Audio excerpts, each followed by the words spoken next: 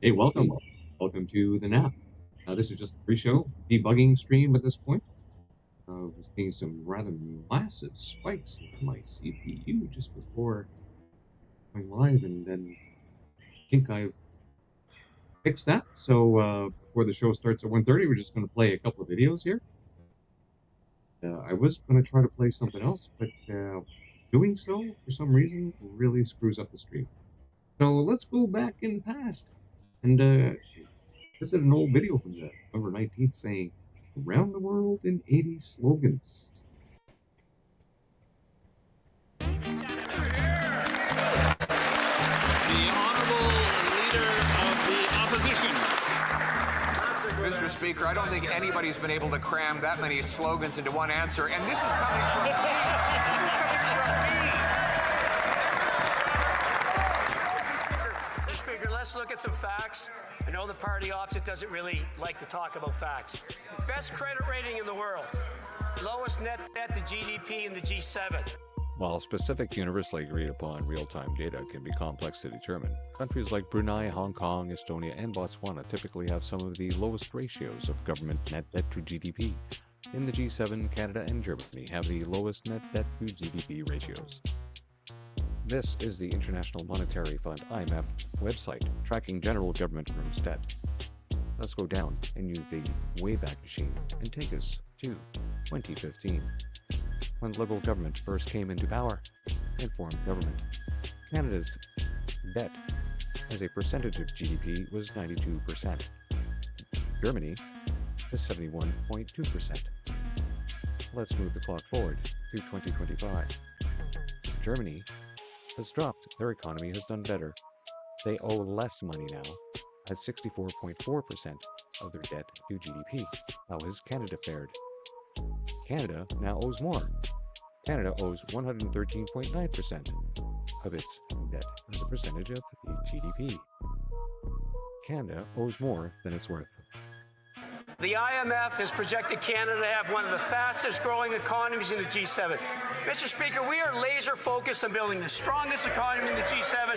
Mr. Speaker, the party opposite talks slogans and rhetoric and outdated slogans, but Mr. Speaker, we're focused on building the strongest economy. Mr. Focus, we will deliver for Canadians because that's what Canadians expect from a serious government. Thank you. Canadians are cash-strapped and needed a break. Instead, the Prime Minister gave them the costliest budget in Canadian history and put it all on the national credit card. The Parliamentary Budget Officer revealed the Prime Minister doubled Trudeau's deficits, added $16 billion more to the debt than he promised, is increasing the debt to GDP ratio, breaking another promise. $78 billion of additional debt works out to about $5,000 for every single cash-strapped family in this country. How does the Prime Minister expect single moms and seniors and small business people who can't pay their bills to pay another $5,000 for his inflation? Mr. Speaker, we will take no lessons from the Conservatives. Mr. Speaker, what they did yesterday under this leader, they voted against investment in infrastructure. Under this leader, they voted against investment in housing. Under this Conservative leader, they voted against productivity and innovation in our country. Under this leader, they voted against investment in our sovereignty, Mr. Speaker.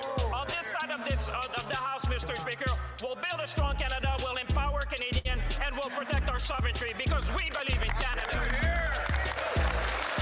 The Honourable Leader of the Opposition. Mr. Speaker, I don't think anybody's been able to cram that many slogans into one answer, and this is coming from me. This is coming from me. Mr. Speaker, let's take housing. He says they're spending billions of dollars more on housing. The results are out today. Housing starts down 17% year over year. Where we need the most in Toronto, down 42% year over year. Vancouver, 36% year over year. Ontario, down 35%. And BC, down 22%. Why is it that the more Liberals spend, the less that we can build? The Honourable Minister for Housing and Infrastructure. Thank you, Mr. Speaker. Well, the Leader of the Opposition is ignoring the year-to-date results. He's looking month to month. He's twisting the facts. He's getting confused in the numbers. Conservatives have a tough time with numbers sometimes. We understand that. Year-to-date, 2025 versus 2024, we are up 5% with housing starts. Leader of the opposition. What are Canadians getting for the 28 trips, 150,000 kilometers, enough to circle the world 4 times that the Prime Minister's billed back to Canadians? Well, he met with the Americans, and they doubled tariffs on our steel, aluminum, autos, and tripled them on our forestry. He met with the Chinese, who increased tariffs on our farmers and fish harvesters. He met with the Indians. They increased tariffs on Canadian peas. He met the Brits, and they're keeping their blockade on our beef. Why is it that whenever the Prime Minister gets on a plane, Canadians end up paying more tariffs abroad? The Honourable Minister of International Trade. We have good news for Canadians. Germany just signed a $1 billion deal with Lockheed Martin Canada to support jobs right here in this country. This is what Canadians are getting from the Prime Minister being on the world stage, selling what Canada has to offer. It's about unlocking new markets and creating good jobs here in Canada. The Honourable Leader of the Opposition. With the Prime Minister billing millions of dollars for his high-flying trips around the world, 28 trips, 150,000 kilometers, now is the time for a scorecard. The Americans have increased tariffs on Canadian autos, aluminum, steel, and lumber. The Indians have increased tariff on our peas. The Chinese increased it on our farmers, our fish harvesters. Now, allow me to introduce a comprehensive list of all the tariffs the Prime Minister has successfully had reduced on Canada.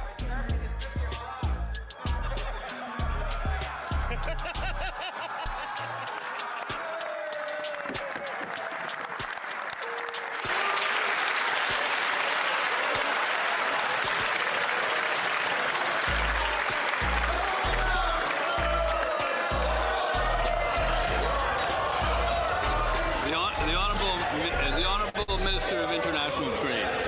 Mr. Speaker, the Conservative leader continues to stand against support for Canadian workers and businesses. He has refused to support our government's plan to double non-U.S. exports over the next decade. In fact, he called Canadian exports, other than oil, pixie dust. Does the Conservative leader think our $5 billion in beef exports is pixie dust? Or the LNG headed to South Korea from BC? Or what about the $7.6 billion worth of fish and seafood caught by hardworking Canadians? Why there's imaginary taxes or pixie dust, the Conservative leader needs to get on board and out of the way, Mr. Speaker. Thank you so much.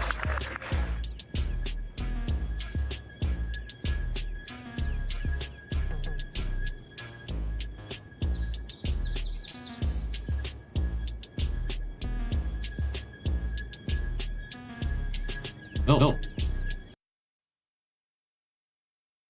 That was part of the debugging. I could see I got that down to about 1750 bit rate. So far, the sound is fine. The image is a bit choppy. It seems the best we can do, being so close to the large Air Force base that not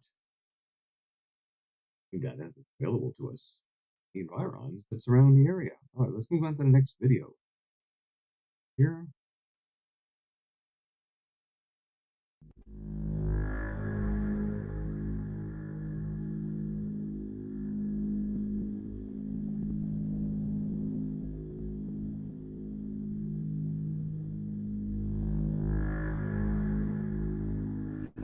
Now, all this business about spending on a credit card, isn't it really just defending and protecting Canada?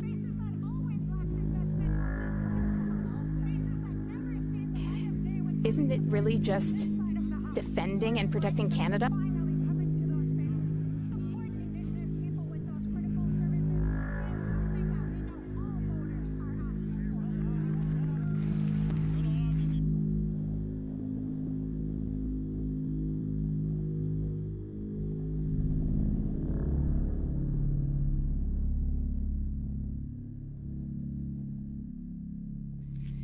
Mr. Speaker, The Prime Minister is treating this budget like a credit card with no limits. In fact, the Parliamentary Budget Officer has confirmed that the government has abandoned its fiscal anchor. In my riding in Saguenay, there is a factory that's closing. Multiple families are losing their livelihood. They don't know how they will pay bills. Meanwhile, our Prime Minister is spending recklessly. Why does the Prime Minister continue to endanger our public finances? The Honourable Minister of Indigenous Services. Thank you, Mr. Speaker. We should be talking about Indigenous families living in the regions in Quebec. Families in my riding, for instance. They want this budget, a budget which enhances and protects programs for vulnerable people, especially vulnerable people in their communities.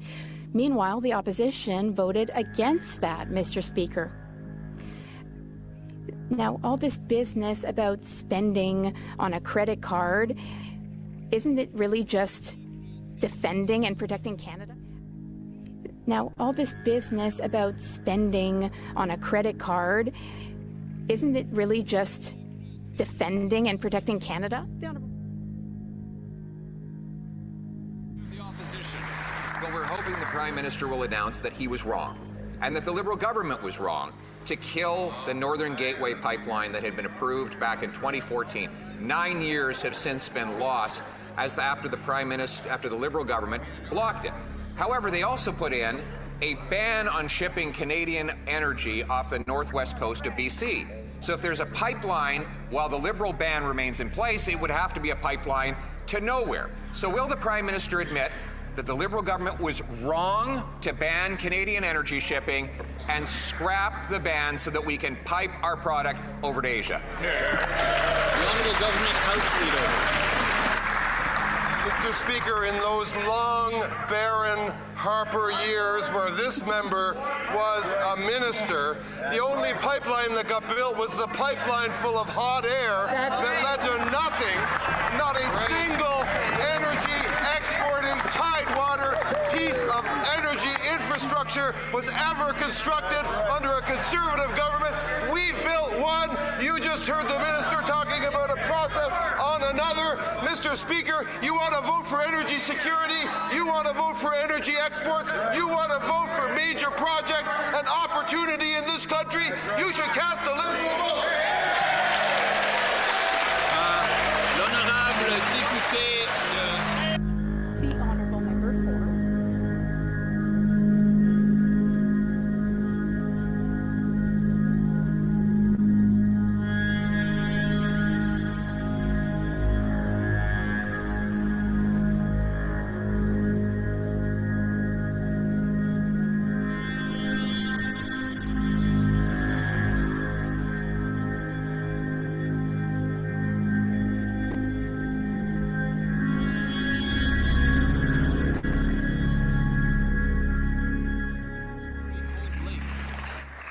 Sometimes you're trying to choose between bills and feeding your kids. That's a direct quote from Thunder Bay mom, Cassandra Shedden, who relies on formula to feed her infant child. She describes rummaging around her house, looking for things to sell just so she can put formula in her baby's bottle. Why won't the Prime Minister do something so that parents can afford to buy baby formula? The Honourable Minister of Jobs and Families. Well, Mr. Speaker, nobody should have to feel the fear that Cassandra feels. But I will note what Cassandra also said. She said she could hardly wait till the Canada Child Benefit arrived on the 20th of each month because it helped her feed her baby as she lived on Ontario disability, Mr. Speaker. And that member voted against Canada Child Benefit. She voted against school food, Mr. Speaker. She voted against the very people she has the temerity to stand up and quote in this House. Member for Fort McMurray, Cold Lake. Since 2017, inflation on baby formula is double what it is in the U.S. Double. We are overly reliant on imported infant formula, and we only have one plant in Canada, which means every single tax on transportation, every supply chain disruption, every single tariff threat hits Canadian families harder. This is due to a lack of any kind of action from any of these Liberals for the last 10 years. Will they finally make this a priority so that parents can afford to feed their babies formula? The Honourable Minister of Jobs and Families. Maybe the member didn't read the article where the Canada Research Chair, Ms. Leslie Frank, said that the Canada Child Benefit should be increased, which, by the way, it is every year, Mr. Speaker, because it's pegged to inflation, where the expert said that formula should be produced in Canada. In this budget, we have money for innovation in agriculture, Mr. Speaker. How does that member think that Canada will be able to do anything if she votes against Canadians' interests time and time again? The Honourable Member for Fort McMurray Cold Lake. What's deeply wrong is the fact that parents are waiting every single day for those checks just so they can afford to put groceries on the table.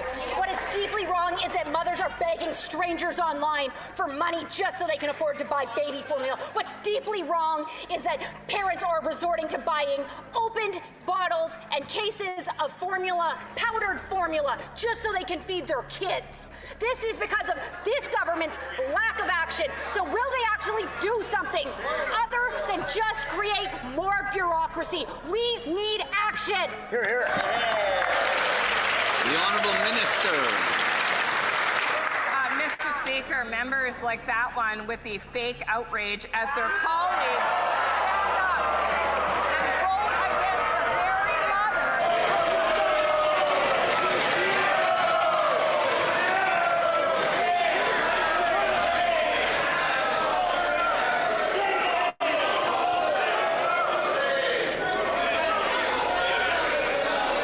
The Honourable Minister.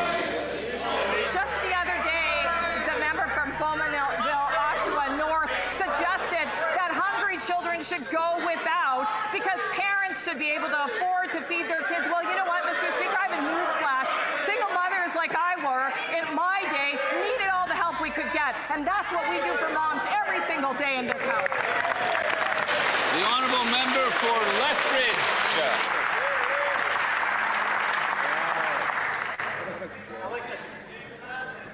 This is from a minister who is completely out of touch with Canadians, who are struggling day in and day out to be able to afford the very basic necessities of life. Meanwhile, the members across the way heckle me while Canadians struggle and are going to the food bank in droves. That is because of this government's mismanagement, and they can do something about it. And one of the things that they can do about it is actually scrapping the fuel tax, which would bring down the cost of groceries. Why is this government hell-bent on keeping the fuel tax and making sure that Canadians cannot afford basic necessities? The Honourable Minister. Opposite fails to acknowledge is that she voted against every measure that helps single mothers right now every single day, whether it's fees reduced by early learning and childcare, whether it's access to dental care for children that don't have dental care benefits, whether it's fighting against school food, Mr. Speaker. These Conservatives stand up, they say they feel the pain of moms, especially single moms, but when push comes to shove, they vote against them time and again. The Honourable Member for Lethbridge. So what she is saying is that through socialist programs, Canadians can be provided for. That Canadians shouldn't be able to make ends meet on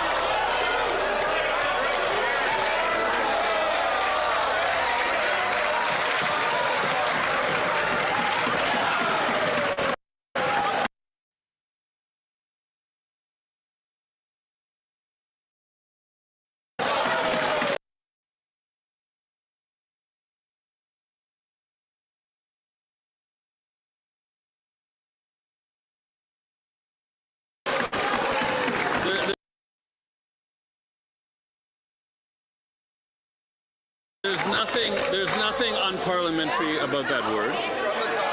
The Honourable Member for Lethbridge, from the top. We just had a news spike there. No reason whatsoever. Not as severe as it was before the show started. But I guess we'll bring down the bit rate a little bit more and See how that goes. We're almost at the start of the show. 5 minutes to go.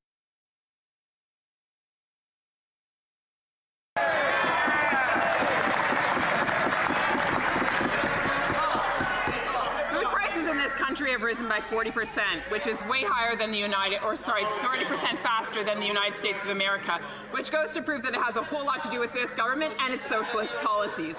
Now, Stats Canada shows that beef is up 17%, chicken is up 6%, apples is up 4%, and baby formula is up 6%. The most stolen item in a grocery store because parents are desperate due to this government's mismanagement. So, folks are suffering. I hosted a town hall last week. Their faces, their stories came forward. These are more than stats, folks. What will this government do about it? The Honourable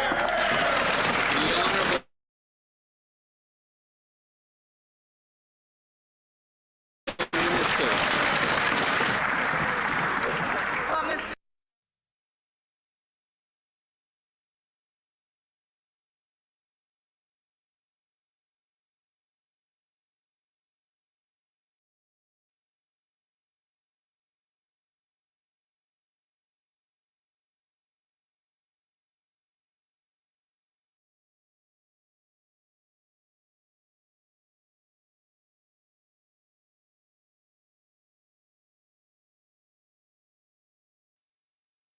Go again.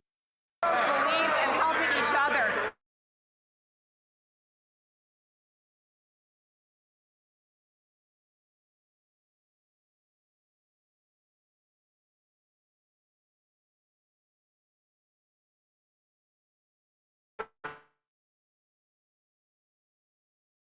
We believe that when a single mom is having a tough time, we should be there for her. We believe that when a family's down on their luck, we should have an employment insurance program that helps people out when they lose their job. We believe that when people can't access dental care for sometimes up to 20 years and live in pain, we should do something about that as a country. And you know what, Mr. Speaker? That's what Canadians believe. It's why we're known for our universal health care system, Mr. Speaker, because we care about each other.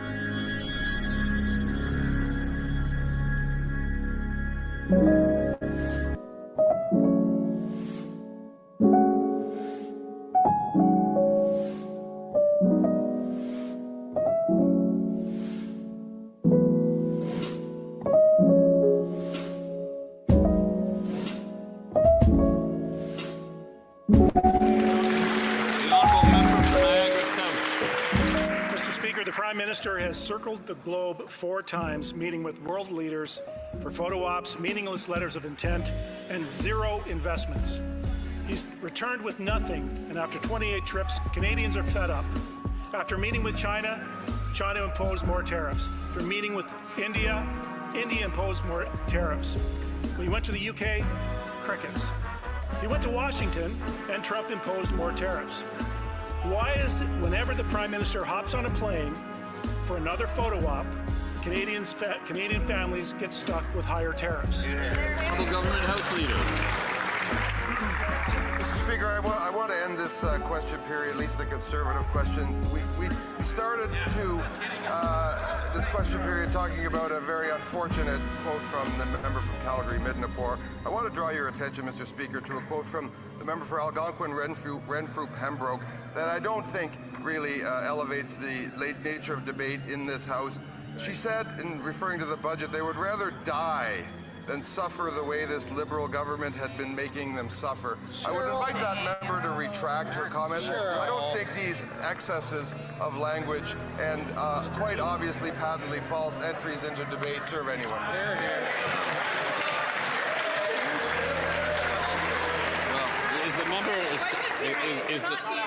We'll have to deal with this afterwards. Make him answer the question, though. Make him answer the question. The honourable point of order. The honourable member for Hosmer. Yes, the honourable member for what's the writing? Algonquin, Renfrew. I'd like to respond to that point of order, and I was relaying what my constituent had said to me when they first announced that MAID was looking at allowing for people suffering from mental illness to apply for MAID. And what she told me is that she told her doctor as soon as it's available, she wanted to be euthanized because she couldn't take bearing not being able to eat, pay the rent, or pay the heat. Understood. Okay. J'aimerais tout simplement aviser. I would like to. Yes, the honourable parliamentary secretary to the House Leader. Mr. Speaker, I do have the actual quote that I think it's really important because the member does owe an apology not to the House of Commons but to Canadians, Mr. Speaker. And I would quote the member in terms of what it is that she said. There are older people in my riding who just cannot pay the rent or the electricity bill. This is debate. I'm sorry. We're getting into we're slipping into debate. All right, let's get on with the show. Can I just recap what's in the Public Safety Minister's QP binder? He just said, of the 700 Iranian regime officials, human rights abusers, one has been deported. If the Conservatives want the truth, we'll tell them the truth.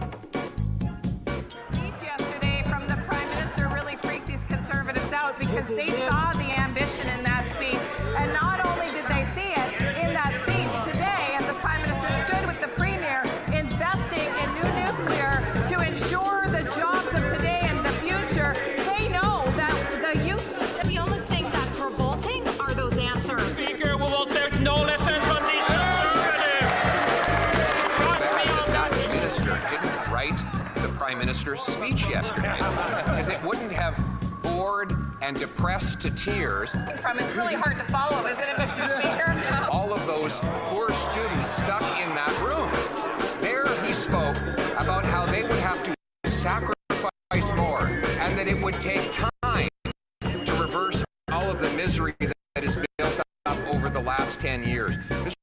Mr. Speaker, young people want to have homes. They want to have jobs. They want to have hope. They want a budget that is affordable. Do we decide what comes next? No, that this government has their back. It will continue to do there's going to be a powerful statement for the young people of Canada. Deficits are driving inflation. The more Liberals spend, the more it costs Canadians at the grocery store. 25% of Canadians are using food banks because they can't afford to eat. So when will the Prime Minister finally get his inflationary deficits under control so Canadians can put food on the table? Mr. Speaker, Conservative members pretend to care about food insecurity, but then they call feeding children garbage. Mr. Speaker, what's garbage was that answer? Did the Prime Minister see the ad before it went out?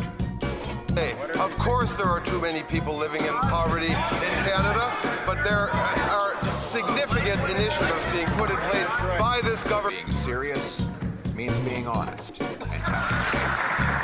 Mr. Speaker, the grand reveal has been made. Canada's economy is in fact growing, Mr. Speaker. There was some very unparliamentary language that we heard today. Sets us up well for the new world order. The government provided a $206 million below market rate loan and nearly $150 million in subsidies to a wind farm in Nova Scotia linked closely to former Liberal MPs. Fourth, they call themselves a new government, but these are these same Liberals who 10 times have been found to have broken Canada's ethics laws. And they Liberal insiders connected to former Liberal MPs received a I believe the progress that we have made in the partnership sets us up well for the new world order. My comment by telling the truth that the answer was bovine excrement.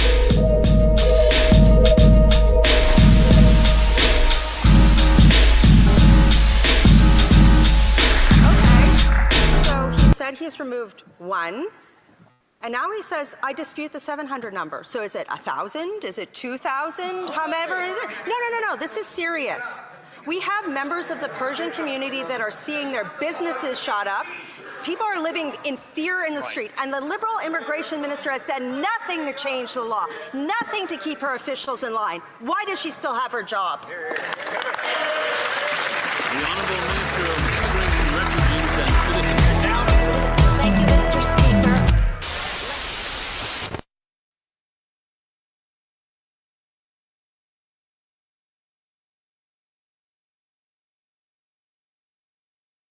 Going on with my intro. Where are we?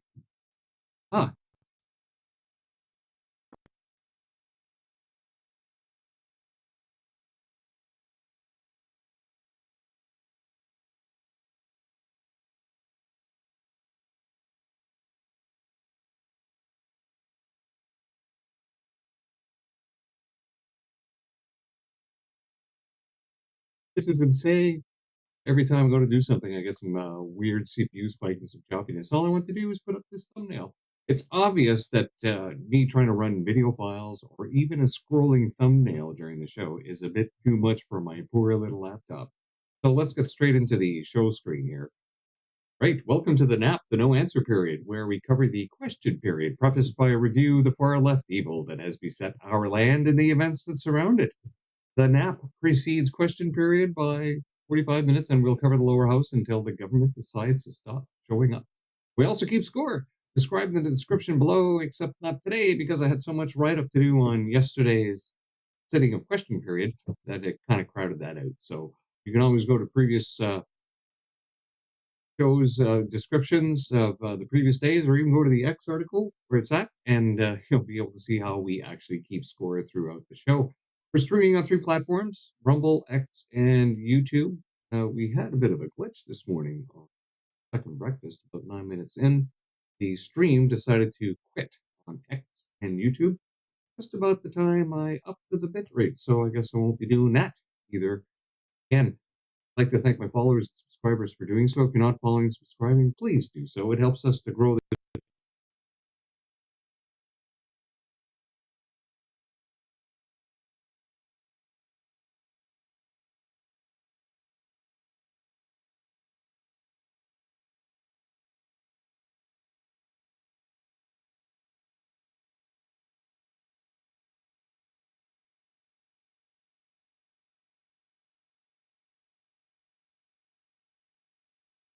We back? Yes, we're back. Okay. As I was saying, please, please follow, subscribe, all that jazz. It helps us to grow the channel. Eventually, if it does monetize it, then I can actually get some cash and buy some equipment, and then it won't have so many bloody chattering issues. I have no reason why the CPU just spiked there. No reason at all. We're just chatting along, and no problem. All right. Let's hope this doesn't keep repeating. I just cut down the bit rate again.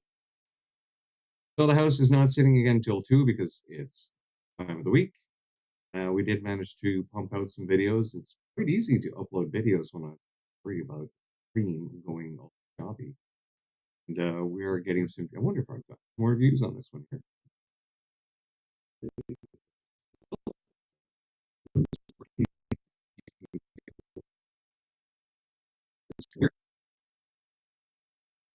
It was kind of weird because the count went down. Actually, I've never seen that before. Count actually going down on a YouTube video for the first time ever. I think I'm actually getting more views on that video in Rumble than YouTube. Now, here's a good reminder for how things are going on in Canada. Socialism is better than capitalism. And then he says, well, when the Berlin Wall fell, who ran to which side? I put this up there because not so much the Liberals building a wall and keeping Canadians from leaving. They've built a wall in Canadians' minds. An impenetrable wall that doesn't seem to allow them to think outside the box and recognize their abusers who have slowly destroyed Canada over 10 years. Because the level of poverty, the level of people going to food banks, the level of time it takes to see a doctor, if you're lucky to even see one before you pass away, the amount of people that have passed away waiting to see a doctor, the complete lack of answers on anything, and people just accept it as if it's, it's no biggie at all. Why? Because it looks like Canadians have built a wall in their minds. What are you prepared to do about it? If you don't vote Liberal out, nothing will change. It will only get worse. So a British banker with an Irish passport who calls himself European comes back to Canada, number one temporary foreign worker of Canada, that is, to move his business to the US and says, never underestimate the stupidity of Canadians, which can only explain how we got to where we are today. Now, Canada falls to number 27 on the Global Quality of Life Index. Fall from 7th in 2012. And the fall only continues to accelerate. Now, Dougie all of a sudden has seen the light. But unfortunately, when people like Dougie here, who only reacts and is obviously a puppet of other people because he only does what he's told. The way he flip-flops on this. Now, of course, here's Goldie Gamari, and she says, oh, look, the idiot who kicked me out of caucus for Islamophobia 2 years ago because I was raising awareness about radical Islam in Canada is now talking about Islamic sleeper cells in Canada. Doug Ford, you're a fat F-U-C-K, and I told you so. Now let's hear what Doug actually says this time. Have you got any indication from police that these shootings at the synagogues and this shooting at the consulate are related in any way? The same people involved? Yeah, no, we haven't had any information on that. But again, this is just me speaking. I believe there's sleeper cells all over the world, as we know. They're in the U.S., they're in Canada here, and we have to weed these people out and hold them accountable. Because, again, folks, we all grew up here, very peaceful, loving communities all across the province. And for these people to be doing this, they need to be caught, and they need to be thrown in jail for life. Have you got any indication from police that these shootings at the synagogues? And it's not like they haven't, because bloggers, before even social media got so available and people being able to put videos on, before that it was mostly blogging. But people could write. And finally you put something out written, wasn't controlled by the mainstream media. The rise of blogging, and of course there was a huge movement on trying to bring awareness to this issue that was growing in the West. All we have to do is look at Europe. What was happening in Europe? Please don't let it happen here. What did the Liberals do? The exact same foolhardy, uncontrolled mass immigration plan that was practiced in Europe and Canada for a primary purpose, of course. And that is, of course, to cause all the chaos that they needed to pass Bill C-9 yesterday. Now, let's deviate from that for a sec and listen to the end of this video by Dave. Meanwhile, we've got Leah posting this. Why are we allowing newcomers who are affected with HIV into Canada? This is a great question. Shouldn't this be priority of safety? Rising cases show HIV can't be considered a disease of the past. 30 new cases of HIV reported from 2023 to 24. Could it be we're bringing in people with HIV? She also posted this here news release from today showing that the Liberals are going to be providing almost $600,000 to support delivery of inclusive, culturally sensitive SHR services and resources, yada yada. Goes down here, $210,000 to enhance SHR services and health outcomes for women, youth, and LGBTQI plus newcomers in Newfoundland and Labrador, and $375,000 for the Canadian, Black, African, and Caribbean HIV/AIDS network. My brain cannot process everything that's going on. Never give up the opportunity of putting out something that includes virtue signaling whenever you make an announcement. And you saw it right there in the video. Like, it's right on the website. They have to put that in. That's SHLGBTQ plus newcomer. Why not just say newcomers? Why segregate people into different classes of people all the time? Well, we know why. Because liberals work on division and fear. Because without that, they would never be able to stand on anything because they stand for nothing. Canadian refugee in Ecuador, who left during the COVID stupidity, says, my wife has a saying, don't pull a toboggan. I believe this means in my world, you can't drag people where they don't want to go. Conservative Party of Canada betrayed us during COVID. Indeed, they did, under the leadership of Peter O'Toole. And pretty much all they've done is roll over and ask the Libs to tickle their bellies, with few exceptions. Indeed, there are still some decent conservatives there, fearless, not afraid to ask certain things and to stick to the truth. But it's been more than a month that Mark Carney has sealed COVID-19 vaccine harms and injury records for 15 years. And upkiss from the Conservatives. Not a word, not a peep, not an announcement.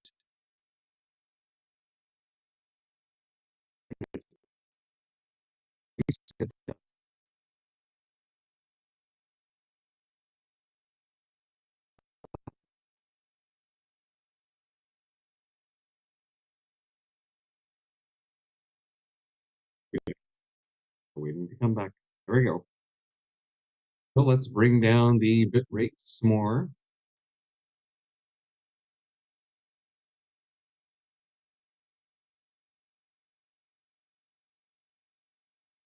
Will keep us from going choppy again, but I doubt it.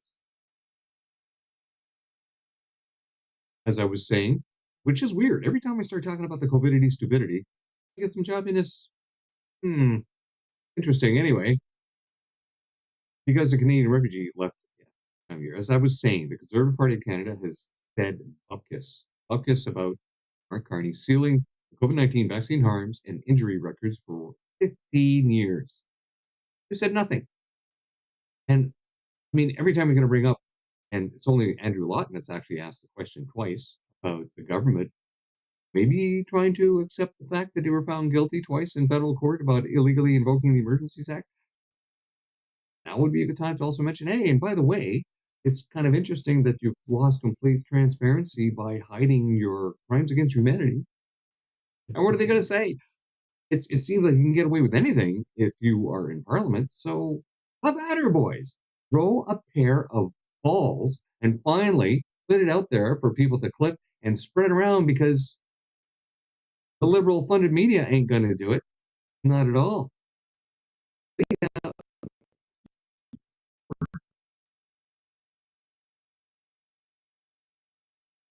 Our migration minister.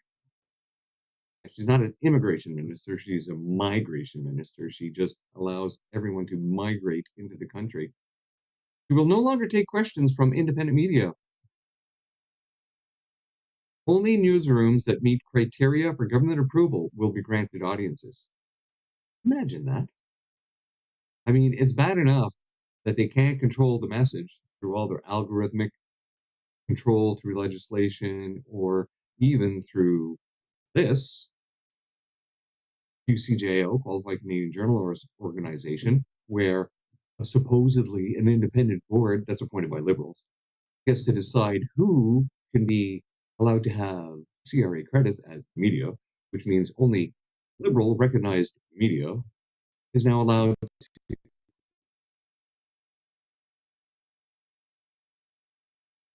to talk to Lena Gab. And you think it's just going to be this one minister? Oh, no.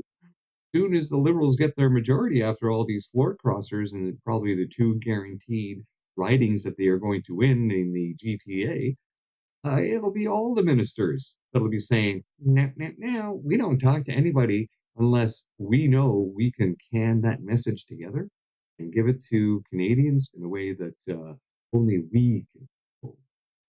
Because Canadians are not smart enough, according to Liberals, to digest information on their own. It has to be controlled through them because anything else will be considered as disinformation and misinformation, unless, of course, it's filtered through the Liberal mouth. Welcome to Communist Canada. Breaking, Tablesauce says. Canadian government finally admits the Liberal surge in immigration caused extreme strain on healthcare and housing. Another right-wing conspiracy confirmed. No, and it's funny because every time something like this is mentioned in Parliament, like facts about how migration is destroying the social fabric of Canada, what do the Liberals do? They start heckling on their side of the house. They start screaming, racist.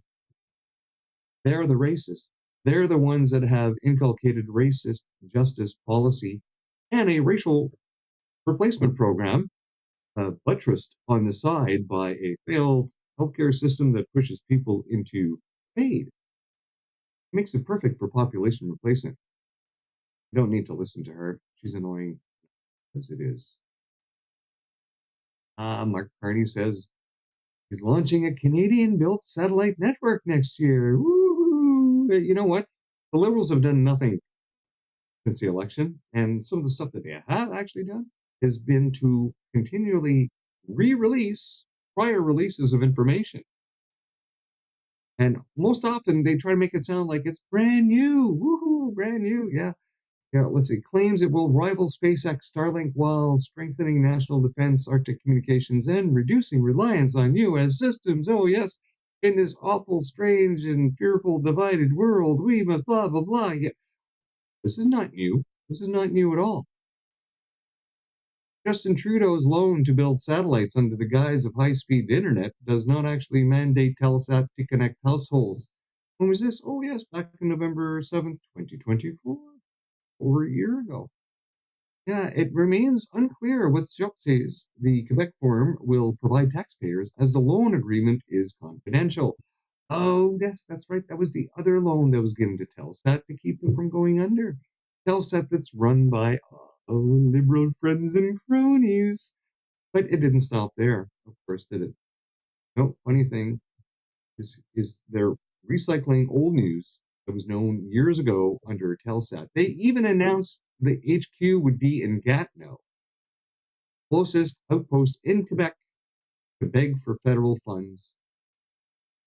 They just, and of course, which they've been given, right? They were given they were given more money, get their satellites going up. They don't have any launch capability, but yet they are going to put satellites up. I think they put up one test satellite using SpaceX.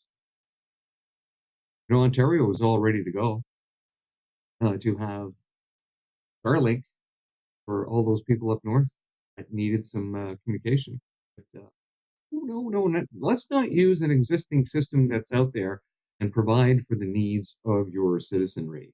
No, let's keep them in misery and chaos and unbalanced so that we can pull that card out of the hat next election and say, oh, we promise we'll get you internet this election come around. Yes, we all know about political promises. Now, if you haven't been paying attention to the testimony that's happened in committee regarding CBC by a former employee who spilled the beans, and those of us who've been following CBC our entire lives are not, because we pay attention. You can just see by the complete lack of people watching the show, because they've come to realize as well, when you have such biased news, such biased panels, such continuous biased messaging, I mean, it makes no sense at all that they would continually go after the opposition leader and completely ignore all the foibles of the liberals, especially as they have accumulated for the past 10 years based on the hard data.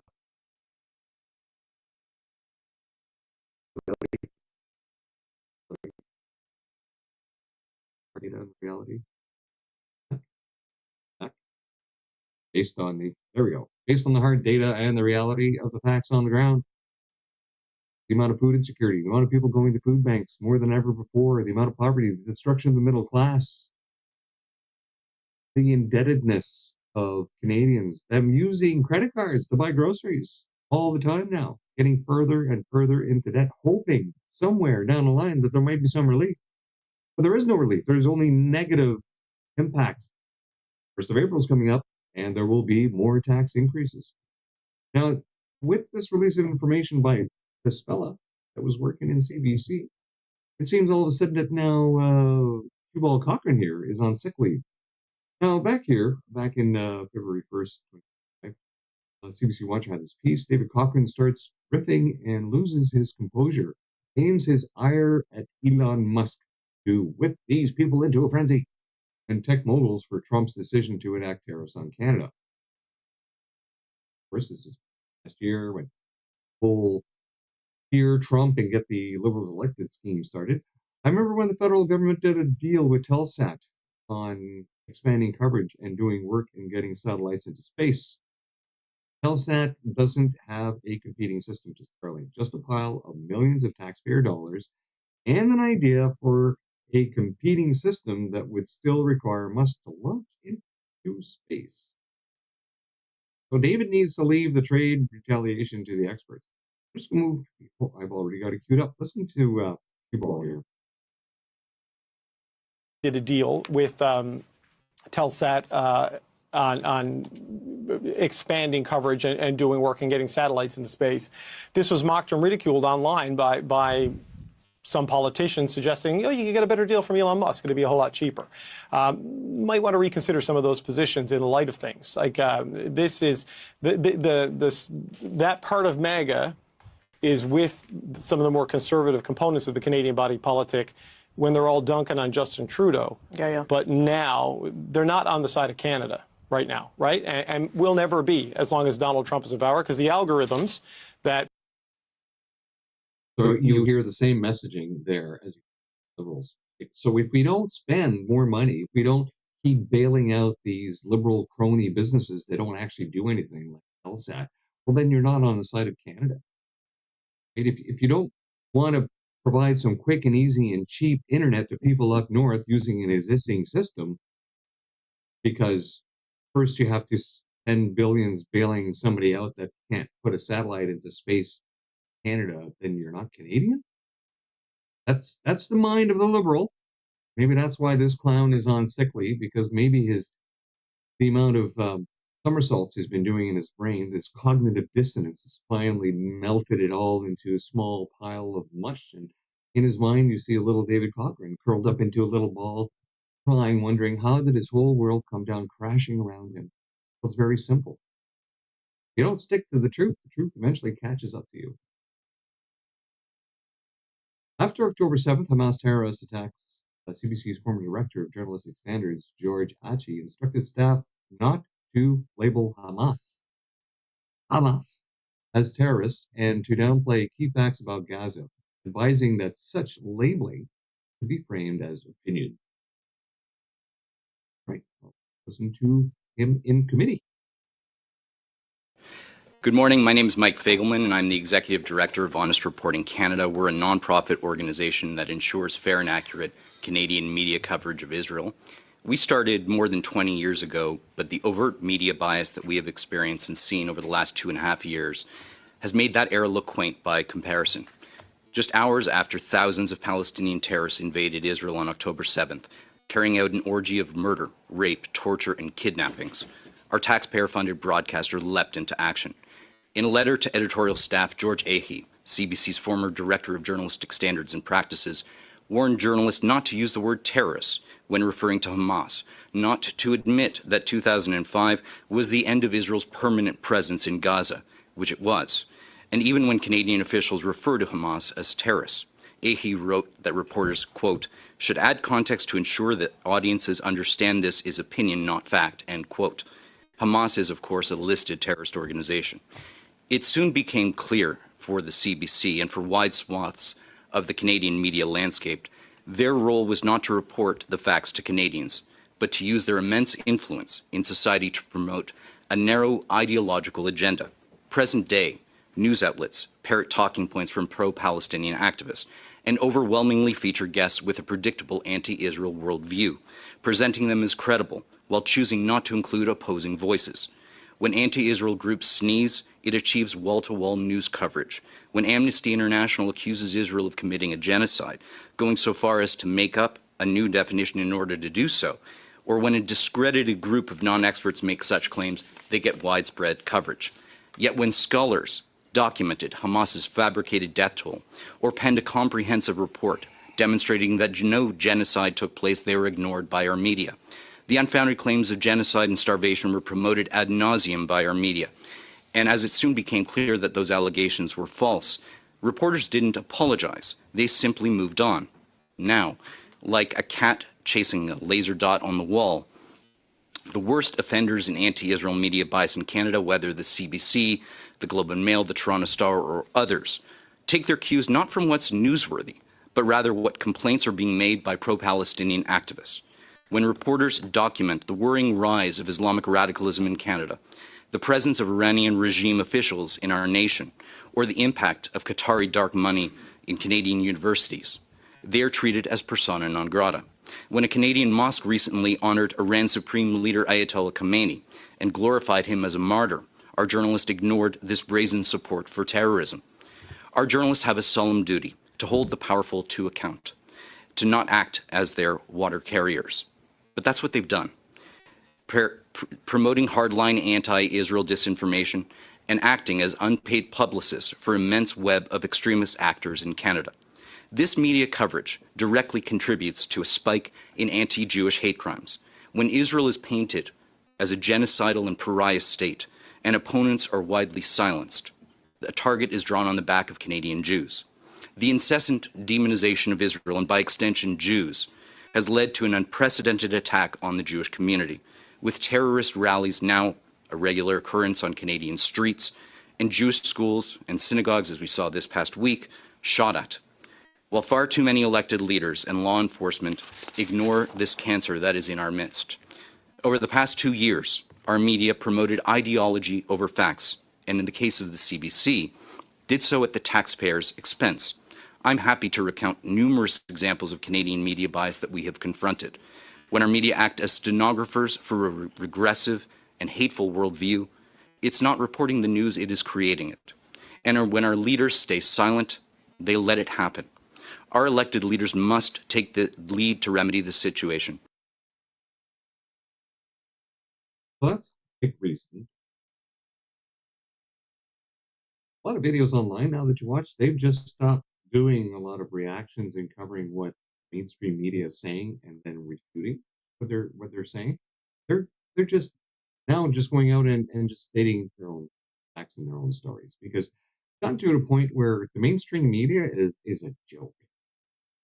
I mean, like a stop clock, it's right twice a day. There are still a few things that they will get correct regardless, because not everything can be painted with a brush of ideology. But everything else that can be is.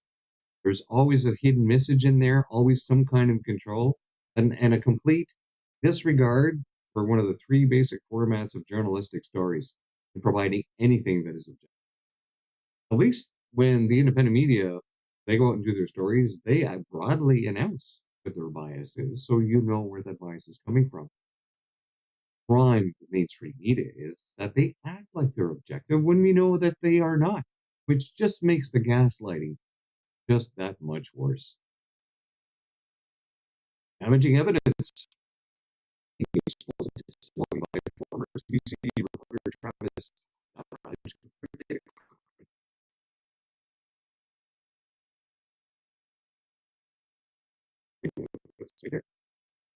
For that, let's do that again. Okay. Mark Nason says damaging evidence.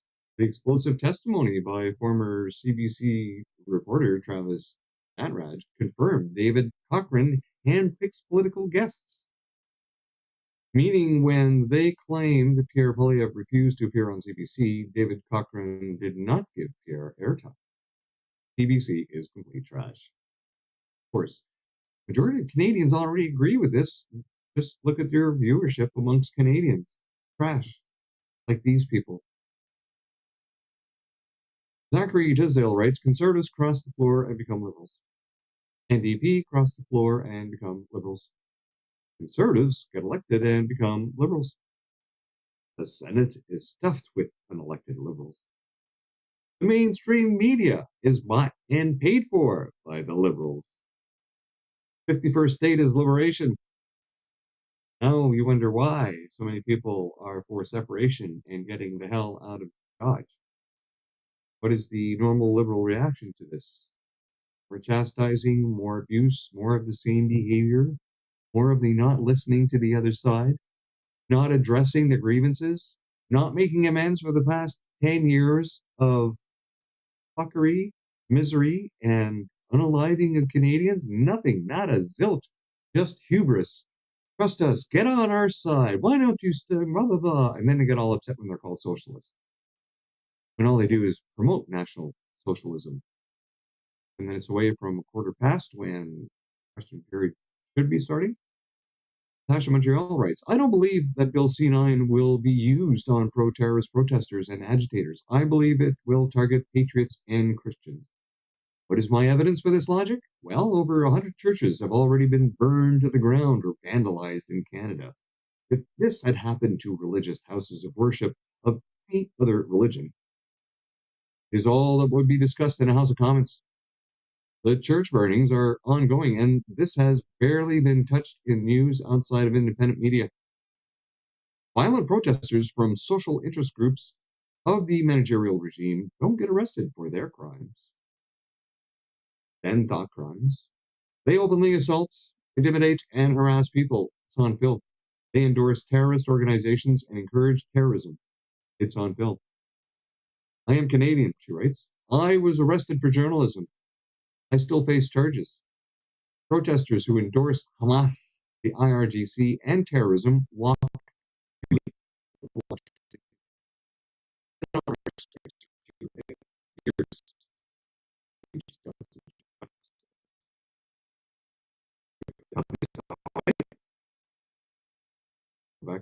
back.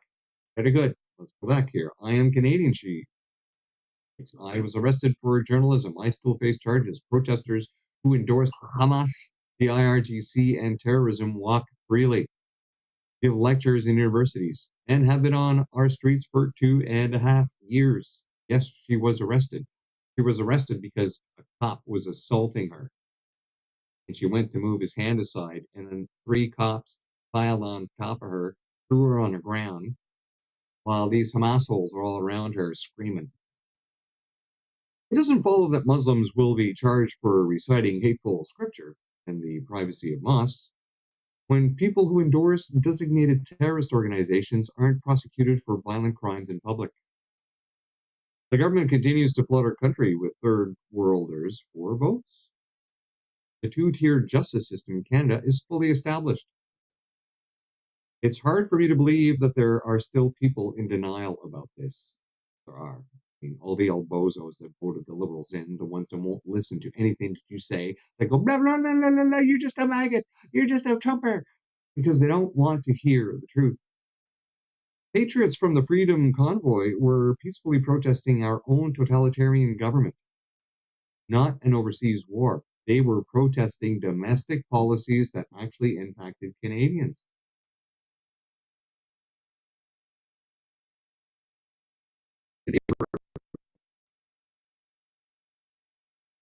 And we saw that the courts voted in favor of the protesters.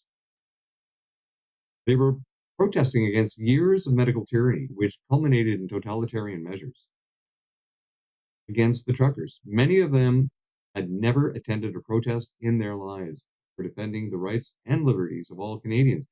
They had their bank accounts frozen and their lives ruined, and they were jailed. Meanwhile, pro-Hamas protesters have been fomenting chaos on our streets, with terrorist flags and symbols shrieking terrorist chants for 2.5 years. They have been assaulting, intimidating, and harassing passerbys, police, and reporters. They have prostrated themselves in front of the War Memorial and Notre Dame Basilica. They have blocked ambulances. They have harassed and followed people going into synagogue events. They have shown up in Jewish neighborhoods and harassed families in their driveways. They harassed and intimidated a veteran. They are treated with kid gloves, given police escorts, and delivered coffee by the police. Politicians wear their stupid terrorist tablecloth in our parliamentary buildings. Do not be naive. Bill C9 law will make reporting more dangerous and open journalists up to lawfare for exposing radical foreigners. It will make criticisms of these radicals more dangerous than it already is. People who push Bill C9 are extremely misguided. The words of Canada's Prime Minister at an Eid event. These are Muslim values. These are Canadian values. Probably scare you more than any. The senior Canadian law enforcement official told lawmakers, here according to Paul Vieira on post on X, that Iranians connected with Islamic Revolutionary Guard Corps can't be deported because there are no flights to Iran. But I would like to remind people that I'm right next to an Air Force base with a lot of transport planes. And they hold a lot of people. You don't need to book a flight to Iran when you have cargo planes right here that can be outfitted to carry people. We can gladly transport them anywhere close to that same continent, and they can make the rest of the way on their own. There are always solutions. People have said, "Boy, you can charter a private plane. You're gonna, it's easy enough for the Prime Minister to continually fly around the planet, the globe-trotting whore that he is, 4 times around the planet, soon to be 5 times, I suppose, for nothing but slogans at taxpayers' expense. Maybe next time he goes around the planet, he could take some of these fellas with him and drop them off. That would be handy." Pagliacci the Hated writes, "Well, I was assaulted by a schizo-homeless guy today in Toronto. I was walking to the grocery store when he started stalking me. I tried to get away from him, but it didn't work. He grabbed me, pinned me against the fence, and then tried to break my hand to steal my phone. 3 people passed by, helped save me. The police were quick and kind, but the officer I spoke with told me this guy had been arrested for attacking people repeatedly in the past, and fair warning, a judge will probably let him out by tomorrow morning." Justice in Canada, 2-tier justice in Canada, brought to you by the likes of people like this. Mayor Olivia Chow celebrated these Toronto police officers who praised October 7th for increasing converts to Islam. Special mention to Officer Farhan Ali on the right. And who is Farhan Ali? Well, that would be this guy. Charged with 3 counts of sexual assault. His goal was to leave the world a better place than how we found it. Well, guess now he's in the system. Mario Zalea, it's manufactured majority. Bulletin number 4, the carneywatch.ca is out, and this is anti-democratic. So if you don't know about this website, carneywatch.ca, one of the many websites out there, but this one here is dedicated to putting some information together, I guess in neat little written packages for people to access. To access. But don't forget, the Moose chart is out there that David over Moose on the Loose has put together. If you're looking for spider web of connection, it's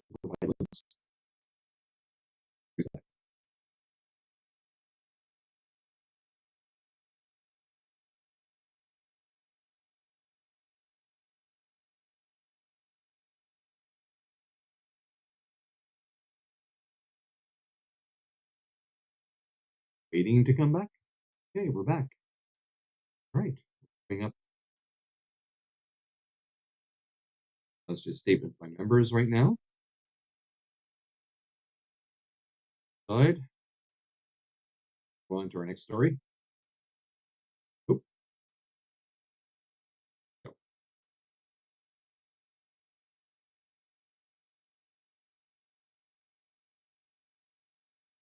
Oh, these bloody windows.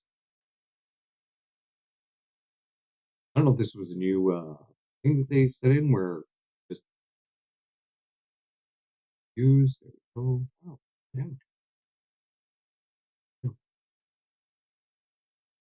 Okay, so we're still doing statements by members.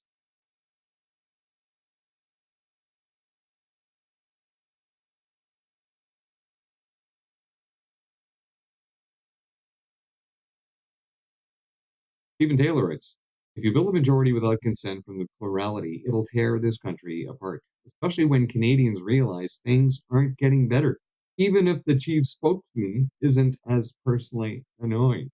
Of course, you know that this member here has pretty well solidified a majority for the Liberals by crossing over. Seeing as 2 out of the 3 by-elections that are coming up are probably going to be guaranteed for the Liberals, unless, of course, something drastic happens. The CPAC, here's a little mention, and she really doesn't say anything. Nothing at all.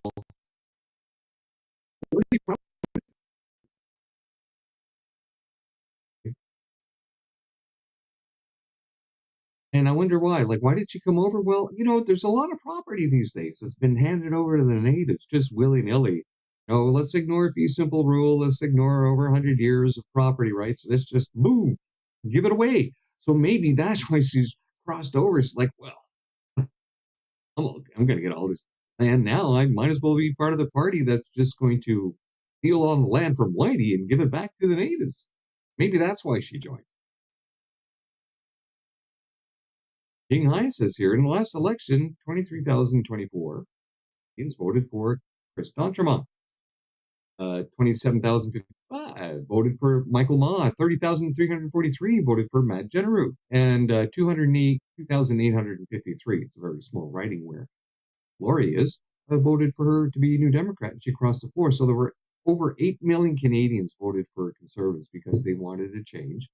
And they successfully denied the Liberals a majority government at the polls, yet because of these floor crossers and Mark Carney's blatant disregard for the will of the voters, Canadians are now getting a majority they didn't vote for. Regardless of your political party and beliefs, this should be concerning to you all. And of course, it is concerning to a lot of people. And we still got this to squeeze in. Making sure we're not getting a start. No, they're still ambling in. Still statements by members. As promised, the climate science obliteration has arrived today. It is written. The IPCC central claims have now been torn apart. The oceans are not warming, let alone boiling. The claim is false. The claim Earth energy imbalance is false. It's no different from zero. Full demolition. And we see here this document. IPCC's Earth Energy Imbalance Assessment is based on physically invalid cargo float-based estimates of global ocean heat. I've always said it was based on modeling that has never been proven correct once.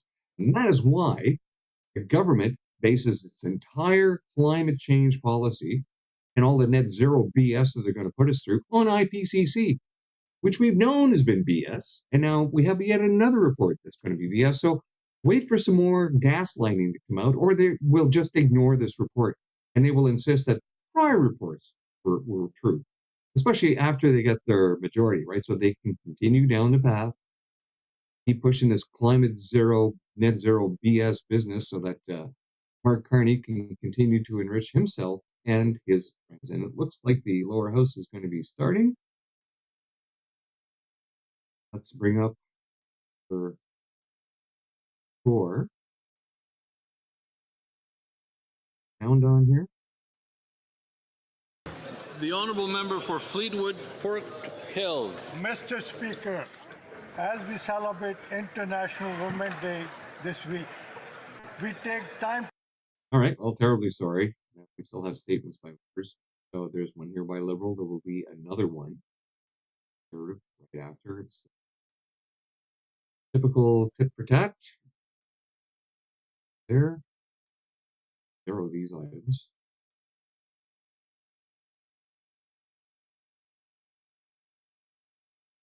The description of these. So Q for the question.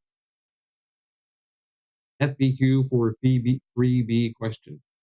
That's always questions asked by the government to the government to make the government look good. They already know what the answer is going to be, and sometimes they even manage to throw in a few lies while they're answering the question. Nap, a no answer period, no answer, period. And so, of course, when they never provide an answer, boom, there it goes. If they actually provide an answer, as is often scripted for the FPQs, or sometimes you do get an answer, then it's page there. Then, of course, we have the lies. Now, I guess we're starting. Was the voice of the common people in the Ottawa Valley on CFRA day after day. Last month, residents from across Ottawa learned of the loss of the legendary Lowell Green. Lowell was the voice of the common people in the Ottawa Valley on CFRA day after day. He would fill the airwaves with the truth that no one else had the courage to speak. He was the voice of the hard-working majority that were so often forgotten by those in power. But it wasn't just his radio show that kept people loving him for 5 decades. He also co-founded Big Brothers of Ottawa, so that now it becomes one of the longest-standing charities that serves children in the capital. His work led to generations of mentors and mentees, bringing up the next generation. Lowell's dedication also helped raise money for the Help Santa Toy Parade, so everyone would have a gift at Christmas time. He helped save the Centennial Flame, Mr. Speaker, and he raised money for countless other charities. As we join with all of the listeners, the family members and friends, we say rest in peace to the legendary Lowell Green, and may his wonderful legacy live on in the capital and across the country.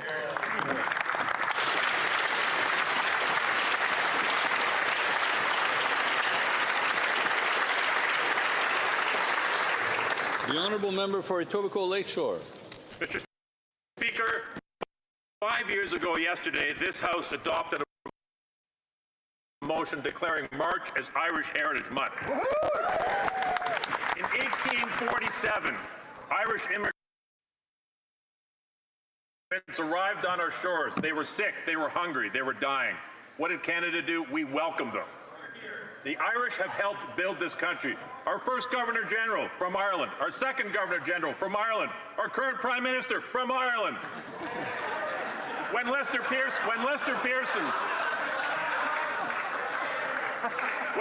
Pearson commissioned our new flag, he topped a man by the name of Patrick Reed, who had fought alongside Canadian soldiers in World War II, and the red maple leaf ensign was on their shoulder, and that's what inspired the flag design which we fly so proudly today.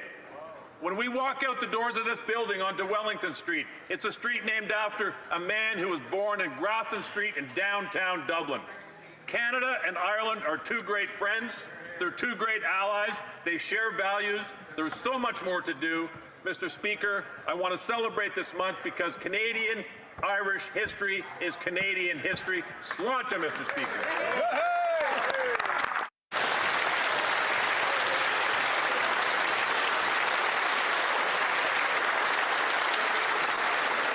I let the honourable member go a little over time, but that's the Irish part of me that allowed that to happen. Oral questions. Questions orales. The honourable leader of the opposition. Only two types of people, those who are Irish and those who wish they were, Mr. Speaker. The Prime Minister flip-flopped 4 times on Iran, Mr. Speaker. But here, these flip-flops are even worse. The Liberal government is denying a report from Global News that says that there are 700 agents of the Iranian regime that are here in Canada. Yesterday, they admitted that 239 of them have had their visas withdrawn, but only 1 has been removed. So there are about 238 regime agents here in Canada. And when we see terrorist attacks against synagogues and elsewhere, we wonder, will the Prime Minister flip-flop again, or will he explain to us how many agents of the Iranian government are here threatening Canadians?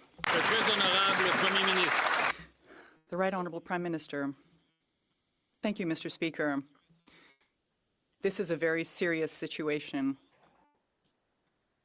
The government has already prevented 10,000 Revolutionary Guard members from this country. There are 170 investigations underway, and as the Minister of Public Safety just said, There are 28 that are currently being reviewed intensively. The opposition. Mr. Speaker, the Prime Minister had 4 flip-flops on Iran in just the same number of days. This is a pattern. He's also flip-flopped on oil and gas. He wrote a book called Values, in which he said he wanted to keep 50% of our energy in the ground. He said in that book he wanted to raise carbon taxes. And then he claimed that he had flip-flopped on that, while he's since kept in place every anti-development law that Trudeau passed. He has renamed the carbon tax, and he's brought in an industrial carbon tax that has driven away an $8 billion project. So will he flip-flop again, reverse these Liberal policies so that we can actually supply the world with the energy it needs in this critical time? The Right Honourable Prime Minister. Mr. Speaker, I appreciate receiving this gift on this day honoring Ireland. Canada is increased at record levels our oil exports. Canada has approved under this government Sylyssum. Canada has approved and started one of the biggest LNG. Canada is working to the lowest carbon LNG and the lowest carbon oil exports in the world. We will maintain and increase our competitive position. We're driving straight forward. Hear, hear. The honourable leader of the opposition. Speaker, he's driving in circles. He said that he did not want, he wanted to keep 50% of our oil in the ground. He supported blocking the pipeline to the Pacific. He's not approved a single oil pipeline, and his major projects office has not approved a project of any kind. He's just tried to take credit for a project approved by Prime Minister Harper. Next, he'll be trying to claim credit for the Canadian Pacific Railway. So will the Prime Minister flip-flop again? Reverse his support of an industrial carbon tax, the Liberal anti-development laws, and get out of the way so that we can build pipelines to the Pacific, power paychecks for our people. The Right Honourable Prime Minister. Mr. Speaker, as I said in my book, as it is the policy of this government, we want the lowest risk, the lowest carbon, the lowest cost oil and gas, and that's what makes ours competitive. That's the story of Canadian LNG. That's the story of the MOU with Alberta. That is the story of Bay du Nord. That is how you drive the country forward, not off a cliff like the member opposite. I'm hearing a little too much of the member for Vernon Lake Country Monastery. The honourable leader of the opposition. Mr. Speaker, the world cannot put meaningless pieces of paper and meaningless MOUs in their gas tanks. They need real energy that comes out of our ground. Now, the Prime Minister said he wants to keep it in the ground, and yet today we had the hilarious spectacle of the Liberal Natural Resource Minister saying Canada will do what it can to help with its stockpiles for the current energy shortage. Our stockpiles are zero, Mr. Speaker. So will the Prime Minister flip-flop again, adopt my policy that we should have a strategic oil and mineral reserve so that we can supply the world in the future? The Right Honourable Prime Minister.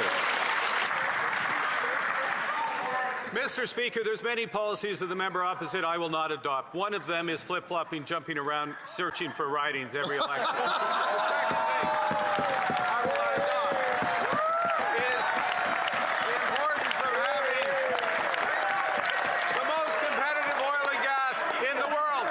Our oil exports have never been higher under this government, over 5 million barrels per day, and they will increase because they will be low carbon, low cost, low risk. Hear, hear, hear.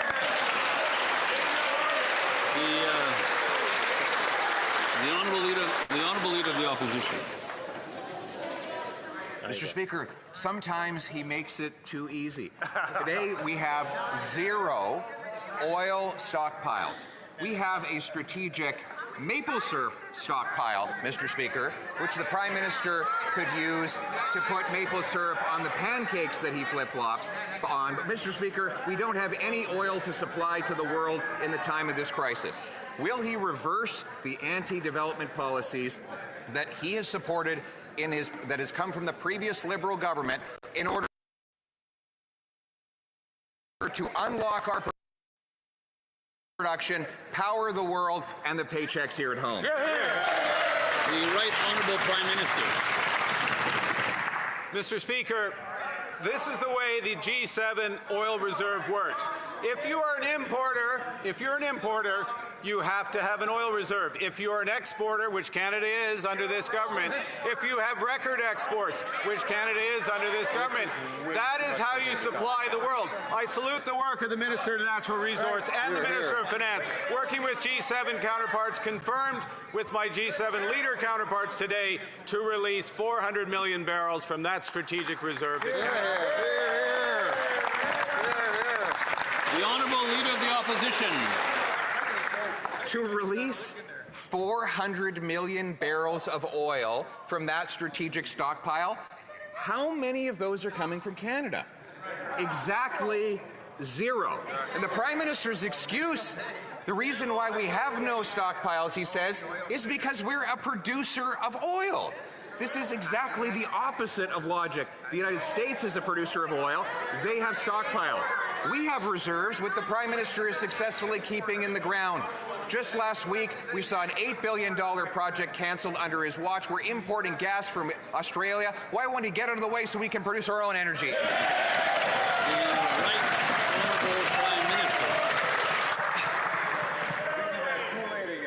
Mr. Speaker, the member opposite thinks he's on a rich vein, but he's tapping a dry well. Under this government, production has never been so high. Exports have never been so high.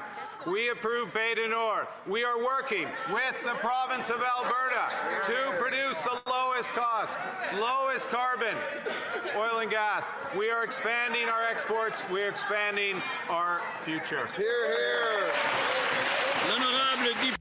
The Honourable Member for Saint-Jean. Mr. Speaker, 85,000 seniors have been unable to access their old age security benefits since the new QRAM computer system was implemented. Federal Government Employees Union is already referring to it as the new Phoenix. The cost overruns for the QRAM install are already close to $3 billion. This is 10 times more than SECLIC in Quebec, which caused a real scandal. And when we raise these issues, the minister accuses us of scaremongering. Is the Prime Minister taking the QRAM fiasco more seriously than his minister? And will he launch a commission of inquiry? The Honourable Prime Minister. Thank you, Mr. Speaker. It is the responsibility of Service Canada, and the facts are as follows. 7.7 million people who are having no problems with the software. It's working. There is a decrease of 10,000 people over the last week of these backlogs that have been addressed. Therefore, there are problems, but it is the responsibility of Service Canada to help these people. The Honourable Member for Saint-Jean. Mr. Speaker, QRAM is a financial fiasco, but also for thousands of seniors for which it is a human tragedy, for whom it is a human tragedy. We have people who are going into debt to pay for their groceries, their rent, their bills, and the government continues to defend its decision to replace an outdated system with one that just doesn't work. Worry and anxiety is what thousands of seniors have been feeling since QRAM was implemented. Will this government, and particularly the Prime Minister, take this situation seriously and be accountable for it? The Right Honourable Prime Minister. Mr. Speaker, we take this situation and all situations seriously because we are in government. The words do not equate to facts. It is not a financial fiasco. There is a budget. The QRAM software follows the budget. Thank you. The Honourable Member for Abitibi-Témiscamingue. Mr. Speaker, quite a banker.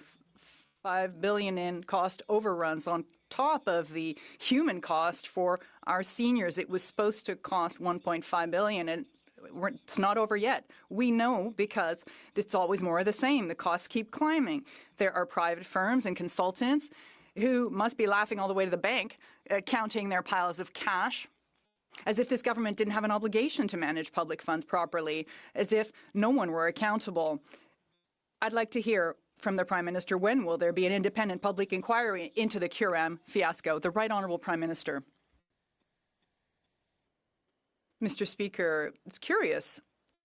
The government has already offered a briefing on this to the Bloc. No response from them. They haven't responded to the offer of a briefing. There have been discussions in committees. Yes, it's quite interesting, isn't it? So it's a good idea to have a discussion prior to an investigation or an inquiry. Honourable member for... Years the Liberals have known that there are hundreds of Iranian regime officials here in Canada. 239 had their visas cancelled, and yet we just learned that the government managed to remove exactly one of those. Their excuse? They might claim asylum, there are no flights to Iran, we must protect their privacy. Meanwhile, an Iranian-Canadian critic of the regime has gone missing, and police are now investigating that as a homicide. Why are the Liberals protecting terrorists, and when will the minister finally have them removed? Good. Honourable Minister of Public Safety. Mr. Speaker, let's be very clear. Those who are senior members of the IRGC will be removed, Mr. Speaker. As we speak right now, there's 28 individuals who are facing removal, who are going through due process, and they will be removed, Mr. Speaker. But let's also be very clear that if the party opposite wants more information, the leader of the opposition can go get a security check, and we'll be more than glad to provide the requisite information for them to be accurate in their analysis, Mr. Speaker. The honourable member for Thornhill. Mr. Speaker, the minister knows there are 700 IRGC agents in this country. And those are just the ones we know about. The minister knows that dissidents are being threatened. He knows that activist businesses are being shot out, and he knows that intimidation is happening under his watch. And yet, after 3.5 years, the Liberals have deported exactly one of those terrorists. So will the minister commit to returning to this House within 1 week with a plan to expel more than just one activist, regime activist? Minister. Mr. Speaker, the Canada Border Service Agency is working diligently to ensure the safety and security of Canadians, including the removal of 28. Those are going through the process of being removed, Mr. Speaker. Canada has identified the IRGC as a listed terrorist entity under Canadian law. We have listed Iran as a state sponsor of terrorism. We will continue to ensure the security of Canadians by removing those who are inadmissible, Mr. Speaker. The honourable member for Calgary Nose Hill. Mahdi Naziri ran the Iranian regime's hardline propaganda newspaper and held other very senior positions within the Iranian regime. Yet the Liberals let him enter Canada on a visitor visa, and then they let him stay here. Earlier today, the minister claimed that Global News' reporting was false and that there aren't 700 Iranian agents in Canada. So I'll ask the minister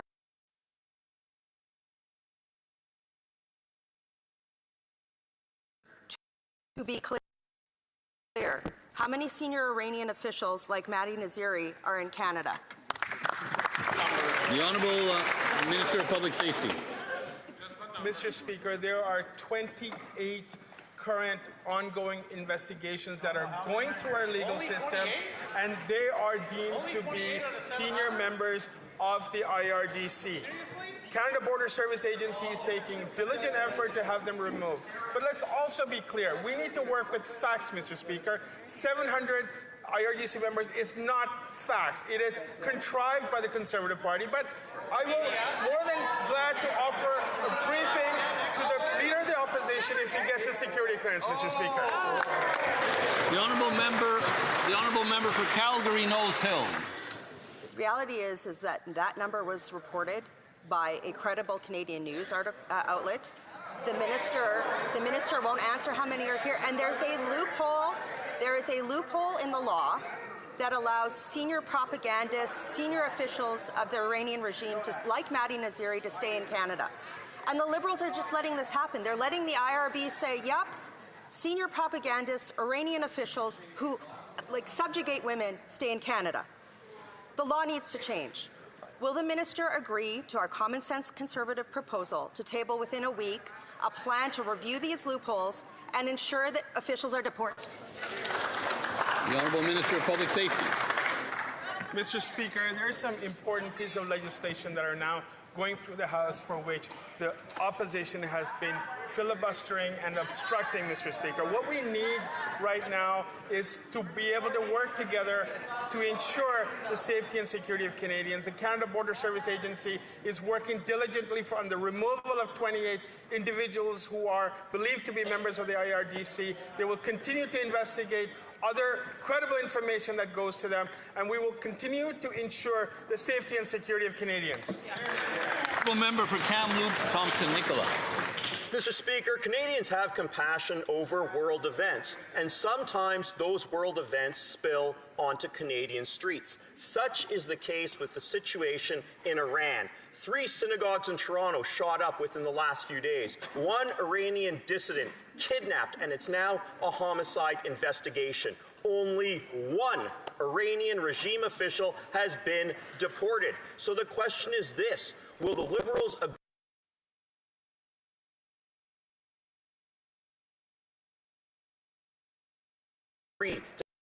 to table plan within the next week to show Canadians how they will deal with this Iranian issue so Canadians can walk their streets safely? Honourable Minister of Justice. Mr. Speaker, my honourable colleague raised a number of issues in his question. One is the reality that many communities are facing when it comes to violence committed against their community of faith. We are all aghast at the horrors of the shooting that's taken place against synagogues in Canada over the last number of weeks, but it's important that we take action to actually provide solace to the communities who are facing such serious public safety threats. This includes funding to help protect the institutions where people practice their faith and pray, but it also includes legislative efforts that will more severely punish hate crimes in this country, including hate crimes committed against communities of faith. Members of this House have an opportunity to support the Combating Hate Act to help provide such protection to communities. I hope we can count on theirs. The Honourable Member for Charlebourg, Haute-Saint-Charles.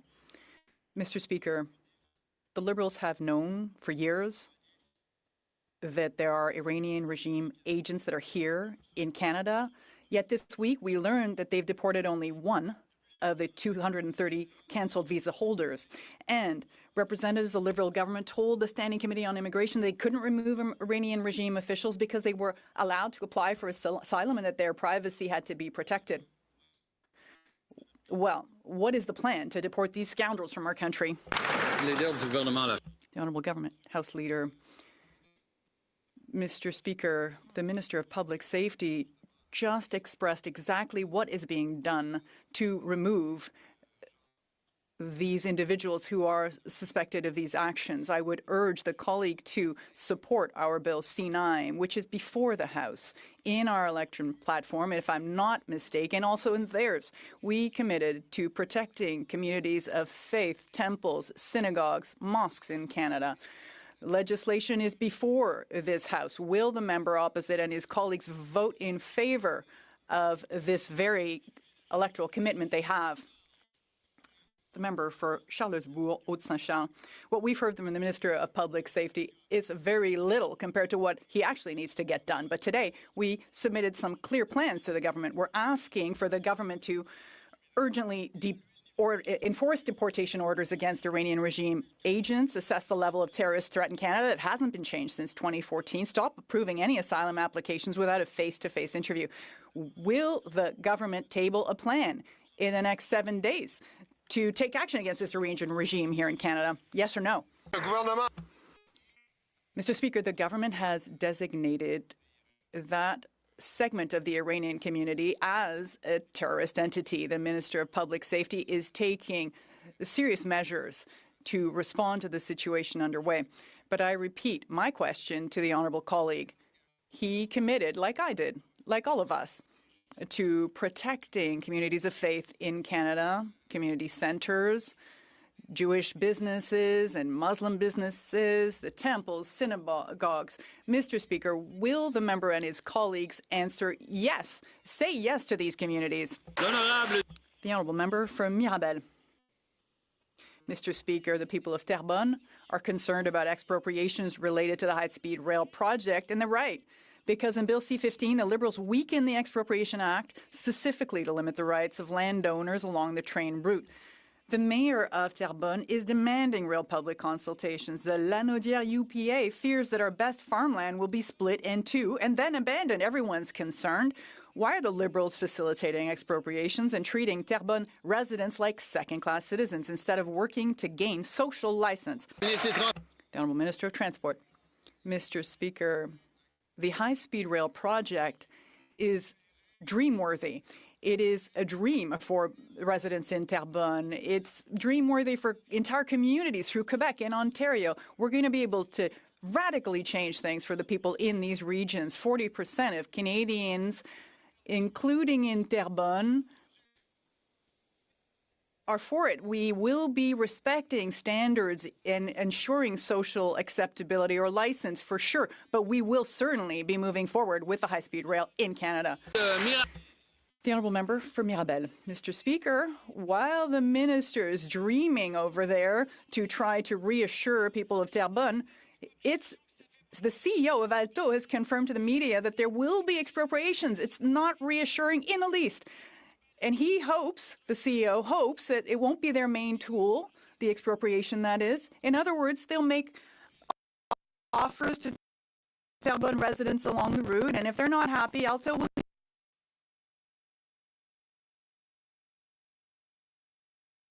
use the tools provided by the Liberals under Bill C-15 to expropriate them. That's not agreement by mutual consent. Why don't the Liberals include Terrebonne residents in the project instead of threatening them? Mr. Speaker, the residents of Terrebonne, Quebecers, Ontarians, and Canadians all are dreaming of this technology. We will be doing this appropriately. We will consult landowners, consult with mayors, representatives, agricultural groups. We will do this with respect for all of these groups, and we will arrive at something that is high-end technology, that is the pride of Canada, that will change things for our communities. That is what high-speed rail is about, Mr. Speaker. For York Centre. Last week, 3 synagogues were shot at in Toronto. The war abroad is spilling onto our streets, while hundreds of Iranian agents are operating in Canada. Conservatives are calling on Liberals to table a plan within a week to enforce deportation of Iranian officials, to disrupt Iranian efforts to launder money, and reevaluate Canada's terrorism threat level. Will the Liberals stop the Iranian regime here at home, or will Canada remain a playground for the Revolutionary Guard? Hear, hear. The Honourable Minister of Justice. Mr. Speaker, again, my colleague, like one of the previous questioners, raised the very real challenge of communities that are facing hate crimes, including synagogues that are being shot up in this country. We have efforts to intimidate and obstruct people from practicing their faith, not just at synagogues, but at temples, at mosques, at our churches. We need to do more to ensure that people can live freely, not just enjoy rights that are written on paper, that are actually enjoyed in communities. This includes adopting new laws that will criminalize certain behaviors that target people on the basis of their faith. We have an opportunity to support the Combating Hate Act to deliver this outcome now for Canadians. I hope that Conservative members will join us. The Honourable Member for York Centre. Speaker, shooting at synagogues is already illegal. Just like the Prime Minister, the Justice Minister is all talk, no action. Now an Iranian dissident is missing and police fear that he's murdered. Meanwhile, Canadians actually recognize an Iranian official at the gym. Conservatives are asking Liberals to table a plan within a week to reevaluate Canada's terrorism threat level, to identify gaps in our national security, and rid our country of IRGC. When will this Liberal government start protecting Canadians and finally deport those that are connected to the Iranian regime? Hear, hear. The Honourable Minister of Public Safety. Mr. Speaker, our security threat levels are assessed by our agencies, our law enforcement agencies, including the RCMP and CSIS. It is not politicians who assess those threats, Mr. Speaker, and that is a very good thing. But let me also say that Canada Border Service Agency is taking every effort on the removal of those who are inadmissible to Canada, who are members of the IRGC. There's 28 of them that are now going through the process. We will ensure the safety and security of Canadians, Mr. Speaker, and we will ensure that those who are inadmissible to Canada will be removed. Member for Richmond Hill South. Never have foreign conflicts spilled onto our streets the way that they have under this Liberal government. 3 separate synagogues were shot at in a week in the GTA. An Iranian dissident in BC has gone missing, and police are investigating it as a homicide. An Iranian dissident in Thornhill had his boxing gym shot up 17 times the day after organizing a rally in Richmond Hill. Canadians are watching violence and intimidation spread in their own communities while the Liberals sit back and do nothing. Will this Liberal government table a plan to take action against the Iranian regime operating here at home so that Canadians can feel safe on our own streets? The Honourable Minister of Public Safety. Mr. Speaker, I've had the opportunity to visit 2 of the synagogues that were attacked last week, Mr. Speaker, and it is deeply heartbreaking to see that their sense of security has been breached. As a government, we're taking decisive action, including $10 million that was just announced to ensure the coordination of security efforts in places of worship as well as other community centers within the Jewish community. But that's not enough, Mr. Speaker. We also have legislation in front of the House, which is C9, which the Jewish community has been asking for us to pass, and I urge the party opposite to pass it forthwith. The Honourable Member for Richmond Hill South. Mr. Speaker, Canadians don't need more photo ops, they need results. This week, we learned the Liberals have only removed 1 IRGC official after nearly 4 years. At the House Immigration Committee, Liberal officials said that they couldn't deport them because there were no flights to Iran and because they needed to protect their privacy. Conservatives are calling for the enforcement of deportation orders for Iranian regime officials, close loopholes which allow human rights abusers to be admitted, and crack down on the regime money laundering in Canada. I'm going to ask again, when will this Liberal government implement the Foreign Influence Registry, stop rubber stamping refugee claims without in-person interviews, and finally deport the regime agents terrorizing our community? The Honourable Minister of Justice. Mr. Speaker, as has been litigated during the debate in this chamber already today, the IRGC has been listed, and that carries with it certain consequences about the inadmissibility of certain individuals. Their files are reviewed, and people who are not allowed to remain in Canada will in fact be removed. The concern underlying the questions in the House of Commons today, though, have to do with the safety of Canadians, including the safety of Jewish Canadians to practice their faith freely during a context where synagogues are being shot up. There is a piece of legislation, the Combating Hate Act, Bill C9, that has been before this House. We have an opportunity to offer protection that communities are asking for. It is a shame that the party opposite will not listen to Jewish Canadians and do what they're asking. The Honourable Member for Windsor West. Mr. Speaker, Canada's sovereignty is not negotiable, but foreign conflicts are spilling onto our streets. 3 synagogues have been shot up this past week. An Iranian dissident has disappeared and police think he may have been killed. But the Liberals are patting themselves on the back because they removed 1 Iranian official linked to the IRGC. There's hundreds more on our streets. The number 1 job of any government is to protect its citizens. They're not doing that. Will this Liberal government table a plan within 1 week to deal with the Iranian agents in our country, on our streets? It's about time they did that. The Honourable Secretary of State for Combating Crime. Mr. Speaker, we do have a plan. That is why we listed the IRGC as a terrorist entity. This provides our law enforcement and CBSA with the tools to hold people inadmissible in our country and then remove them.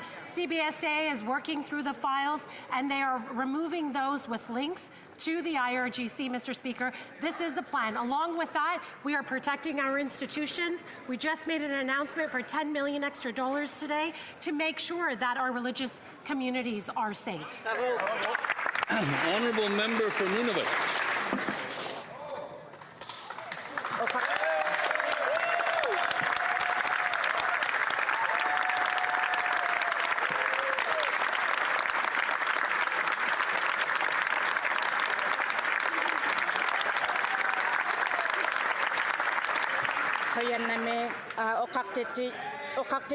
I am proud to join a team that will take the larger picture of meeting the current political environment and is set on meeting the immediate needs of the North.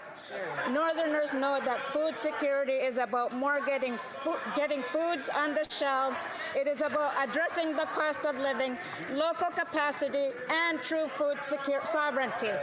Can my colleague, the Minister of Northern and Arctic Affairs, tell this House how our government is moving toward beyond food subsidies and creating a food economy for those that call the North home?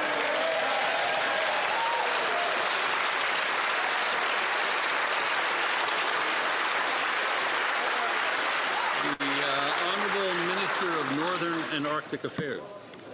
Mr. Speaker, let me start by welcoming the member of Nunavut to this side of the House. And I also want to acknowledge her strong advocacy for the North. And we know that a subsidy alone will not solve the food insecurity issue in the North. That's why we're looking at moving from a food subsidy to a food economy in the North. And this year alone, we have $200 million that is supporting the evolution of Nutrition North. We're concluding regional engagements at the end of the month with a Food Sovereignty Summit. So I look forward to working with my colleague. The Honourable Member for Newmarket Aurora.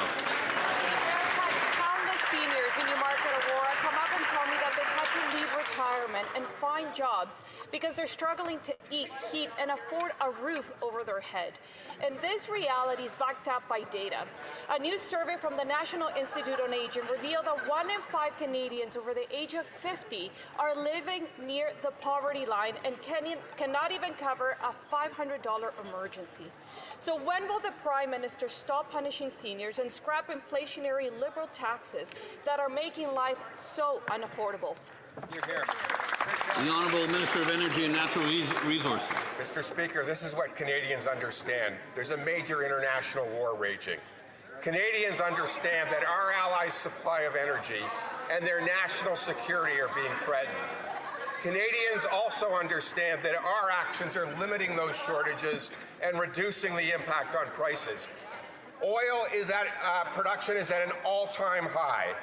Natural gas pipelines are full. Exports on the TMX pipeline are up 100% in the last year. Our LNG facility, the second largest in the world, is now shipping at capacity. The Honourable Member for Newmarket Aurora. Mr. Speaker, with all due respect to the member, during all my studies and over 15 years working in finance, there's one basic economic truth that always held. When costs go up, prices go up. When competition is fierce, prices come down. Yet during this food affordability crisis, the Liberals are inhibiting competition, all while piling on taxes and regulation on those who grow, ship, and sell our food.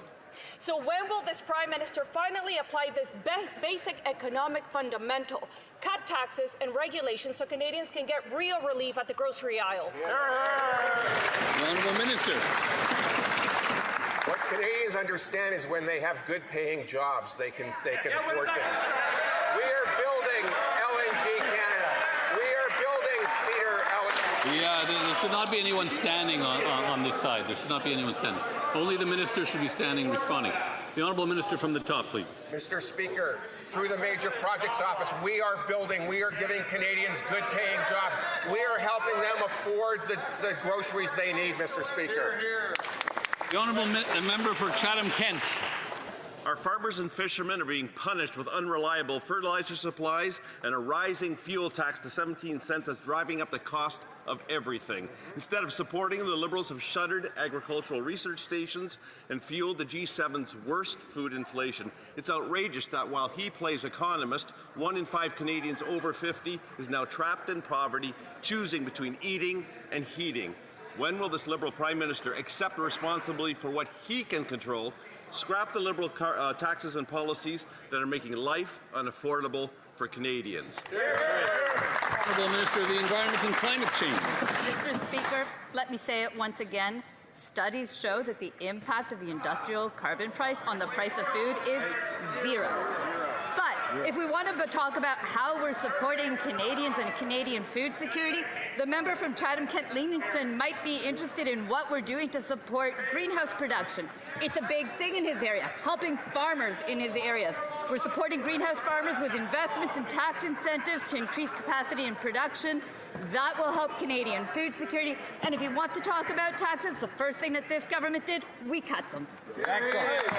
The honourable member for Chatham-Kent. Mr. Speaker, let me tell you what 15 national ag organizations wrote to the committee. They wrote and said that closing ag research centres will undermine research that they say is fundamental to keeping food affordable. At the same time, the Liberal government is pushing ahead with their fuel tax, which is rising from 7 to 17 cents per litre, while also raising the carbon taxes on steel, aluminum, plastic and farm equipment.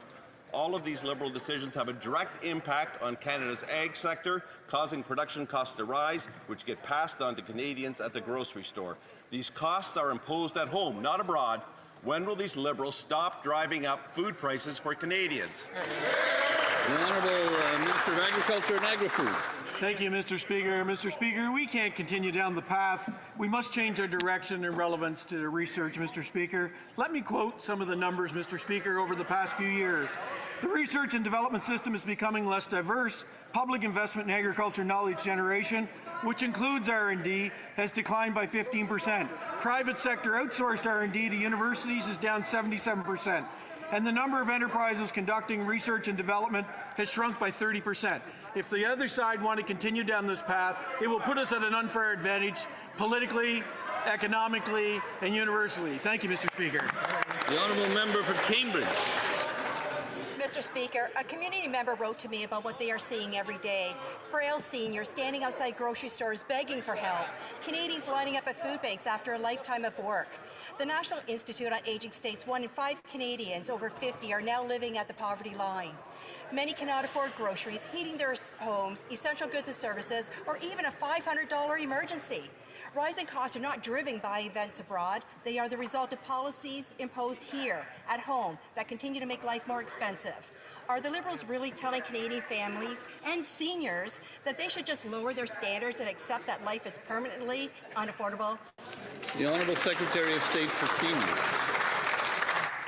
Mr. Speaker, Canadians elected a government that they know they can rely on to support the social fabric of this country, including supporting our seniors. That's why we introduced legislation to reduce taxes for nearly 22 million Canadians.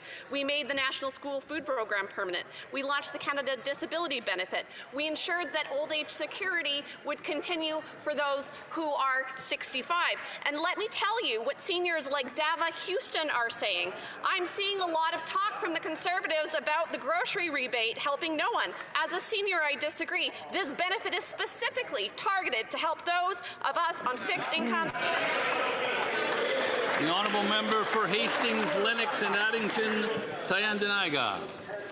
1 in 5 seniors can't afford necessities like food and housing. Women, renters, and seniors with health challenges are being hit the hardest, living at conditions comparable to the poverty line, Mr. Speaker. This Liberal government often blames global pressures when the fact is Canada has the worst food price inflation in the G7. Their Prime Minister's rebranded carbon tax, now increasing to 17 cents a litre, is a policy entirely within his control. Will the Prime Minister take responsibility, scrap the taxes and cut regulations that are driving up the food prices, and start making life more affordable for Canadians that are struggling? The Honourable Minister of Jobs and Families.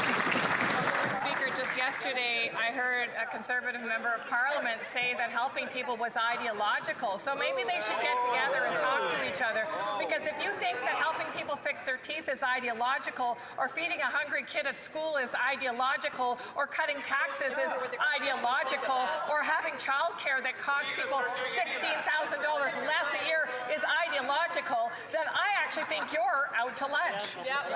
Speaker are out to lunch. Certainly not You're me. out to lunch. Certainly not. The member didn't mean me. Buckley might be out to lunch, but the honourable member for Richmond Centre, Marlpole. Mr. Speaker, what happens abroad may be beyond our control, but the Liberal policies making life more expensive are not. Our seniors are paying the price. Seniors being forced to work with retirement, slipping further out of reach. The National Institute on Aging reports that 1 in 5 Canadians over 50 is now living on the poverty line. Yet the Liberals are making it worse by sneaking in carbon taxes that drive up the price of essentials. When will the Prime Minister take responsibility for what he can control and scrap the liberal policies that are making life unaffordable for Canadians, including seniors? The Honourable Parliamentary Secretary. The member talks about seniors who are struggling in his community. They're struggling in my community too. We have to acknowledge that. At the same time, what do we do to help those seniors? We put forward a serious plan for the future, an opportunities agenda that is focused on getting our resources to market, building up the infrastructure to do it. That's how you build an opportunities agenda, as I say, that has purchasing power attached to it because it leads to jobs. We talk about the programs, pensions that they want to cut, by the way. All of that relies on a strong economy. That's exactly what this government is focused on delivering. The Honourable Member for Bellechasse-Chemin-Lévis. Mr. Speaker, according to the National Institute on Aging, 1 in 5 Canadians over 50 is now living in conditions comparable to the poverty line. Meanwhile, the Prime Minister is pursuing his fuel regulations. The cost is going from 7 to 17 cents. When will the Prime Minister finally step up, stop denying reality, and get rid of these taxes that are making Canadians and Quebecers poorer? The Honourable Minister of Climate Change and the Environment. Mr. Speaker, once again, I must say very clearly that studies show that the industrial carbon tax does not cause food prices to go up. The impact is zero. Let me be very clear for everyone who's listening. But what we are doing is that we are investing in farmers throughout the country to ensure that we have good food for everyone in the country.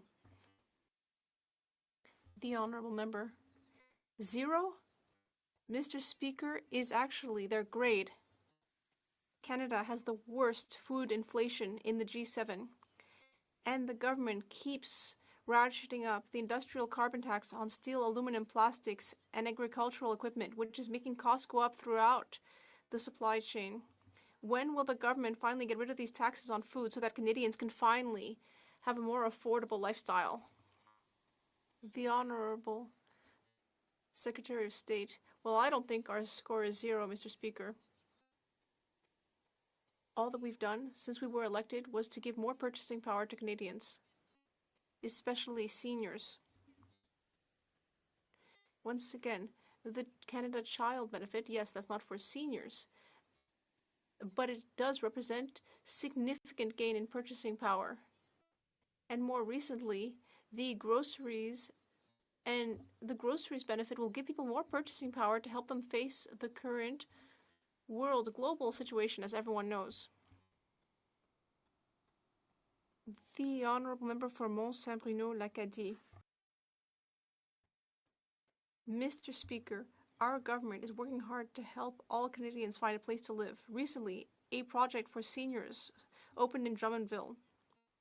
Can the Minister tell the House how this project will help seniors? The Honourable Minister of Housing and Infrastructure. Thank you for the question. The Drummondville project is a real milestone for affordable housing for seniors, with 100 units now open. The new building is part of our efforts to make housing more accessible. It represents concrete progress to meet the needs of seniors in the region. And I would encourage all of my colleagues to support the Build Canada Homes Act to give us more tools. The Honourable Member for Riding Mountain. Mr. Speaker, a peer-reviewed study published yesterday in a world-leading scientific journal found that closing a supervised drug consumption site led to no increase in deaths and no increase in emergency room visits. In fact, after the drug site closed, users were more likely to access life-saving addiction treatment. Wow. Every single drug consumption site in Canada exists only because the health minister approved them under federal law. The minister claims to follow science, so does she accept the science that proves consumption sites are not the solution to addiction? Great question.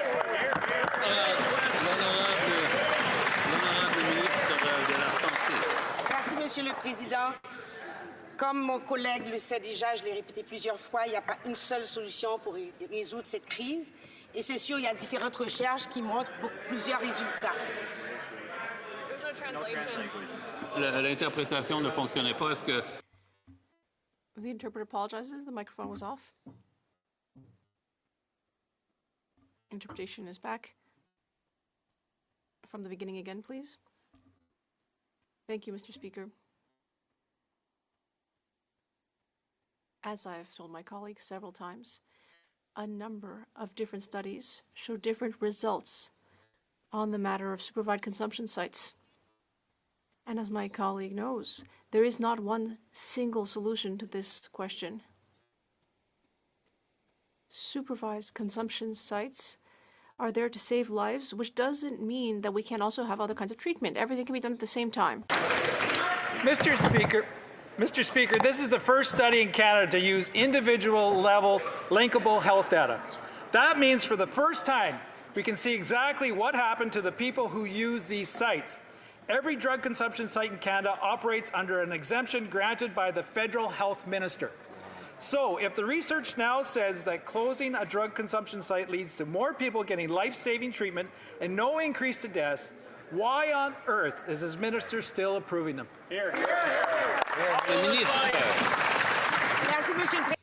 Thank you, Mr. Speaker. My colleagues should know that the exemptions are when the provinces that fund the supervised consumption sites fund those projects after consultation with their own stakeholders. As I've said before, yes, we are saving lives with these sites, but also we are working hard on treatment. The Honourable Member for Montmorency Charlevoix. Mr. Speaker, this is another failed Liberal drug policy experiment. The Liberals promised that injection sites would reduce overdose deaths. But in BC, deaths have skyrocketed by 400%. And in Quebec, deaths have doubled. More than 50,000 Canadians are dead. And now a key study from Alberta shows that closing an overdose prevention site did not lead to an increase in deaths, and in fact, more people eventually sought treatment. How many Canadians have to die before Liberals finally put an end to this? Admit that they made a mistake, and finally take a different prevention-based approach. The Honourable Minister of Health. Mr. Speaker, it's very clear that we can walk and chew gum at the same time, which means that at the very same time that we can save lives through supervised injection sites, we can also offer treatment and prevention programs.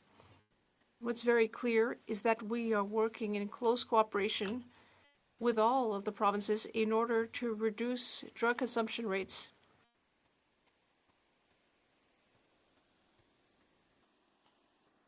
And all of the numbers on drug-related deaths have gone down in Canada. I would just like to remind the member that we need to address colleagues through the chair. East Steveston. Mr. Speaker, in 2025, the Port of Vancouver had a record-breaking year for exports, moving more Canadian goods to global markets than ever before. This is a point of pride for my city, my constituents in Richmond East, Steveston, who help power this success every day through their work in trade, transportation, and port operations. Could the Minister of International Trade update this House on what this record-setting year at the Port of Vancouver means for Canadian workers and for Canada's growing trade opportunities? The Honourable Minister of International Trade. Mr. Speaker, the member for Richmond, BC has been a tireless champion for the Port of Vancouver and its workers. We're talking about 170 million tons of cargo, the highest in the port's history. That's more exports to China, South Korea, Japan, the Middle East, and more. Non-U.S. exports up by 17% in 2025, and we aren't stopping there, Mr. Speaker. We are signing record number of trade agreements to open new opportunities for the workers that are producing world-class products to get products out the door. This is how we build Canada strong. Thank you, Mr. Speaker. The Honourable Member for Ponoka-Didsbury. Mr. Speaker, yesterday the Liberals tried to clarify the rules behind their ridiculous gun grab scheme. Canadian soldiers deployed before the gun grab program started will return after the amnesty period ends. This means they have no opportunity to declare their firearms under this gun grab policy. Because of this, many armed forces members will return to Canada as criminals because the Liberals won't extend the amnesty period. This is very troubling. If the Liberals trust our deployed soldiers with the biggest guns we have, why on earth would they not trust them with their plinksters and turkey guns when they get home?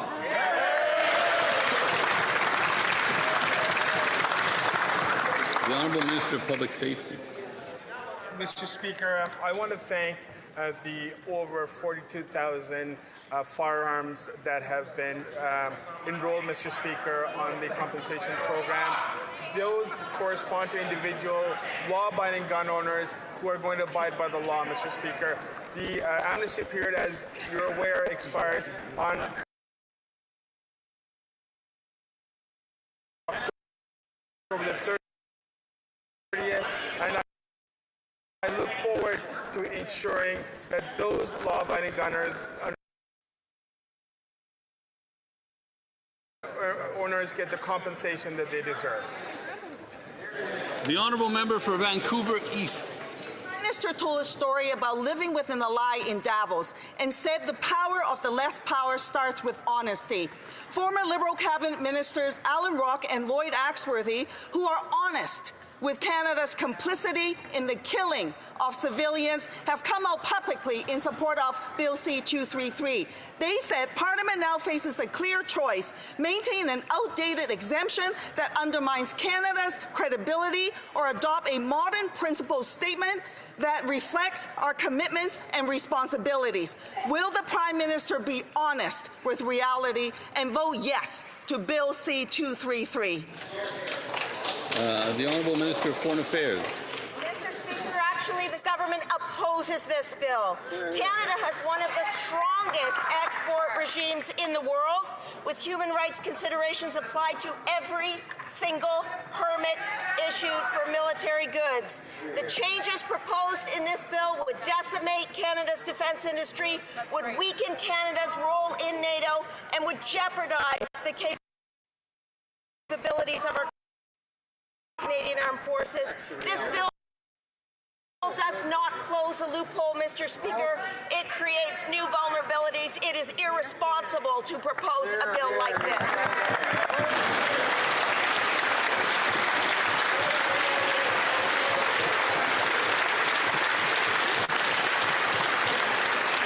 I wish to draw the attention of members to the presence in the gallery of Mr. Dara Kaliri, Minister for Social Protection and for Rural and Community Development, and the Gaeltacht of Ireland.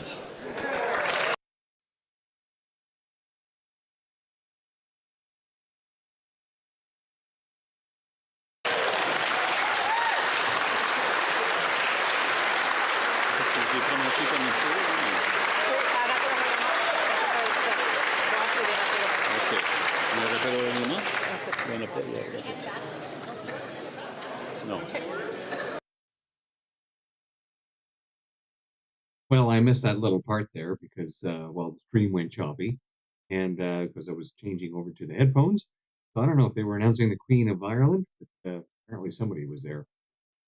Well, let's go over what they covered today. So it looks like the first 6 questions by Pierre Poilievre was to basically go after Carney for being a flip-flopper on every single topic that they discussed.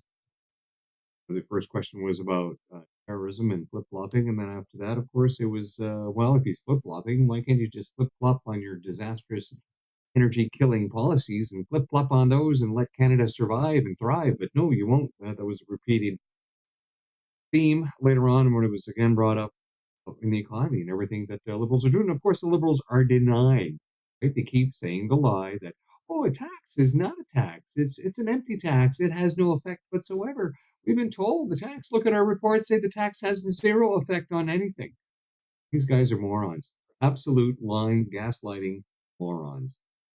Not surprising, the Bloc brought up the OAS, as they have to every single day. So, as usual, there will be another video on that as we do Screw You Seniors, Part 5. And expropriation of land, again, was brought up by the Bloc, especially in the Quebec, and it's brought up last week, not just by the Bloc, by also a Conservative member, because they have people, constituents, that are just going to have their land taken away from them. It's been there for generations. And the Liberals have pretty well said, it's a dream. It's just a dream, right? Just imagine it's a dream that we all want. But, the dream for these people was to live out the rest of their lives on their family estates. But that's not the Liberal dream. The Liberal dream is always, apparently, it seems, to be taking people's property away, whether they're giving it to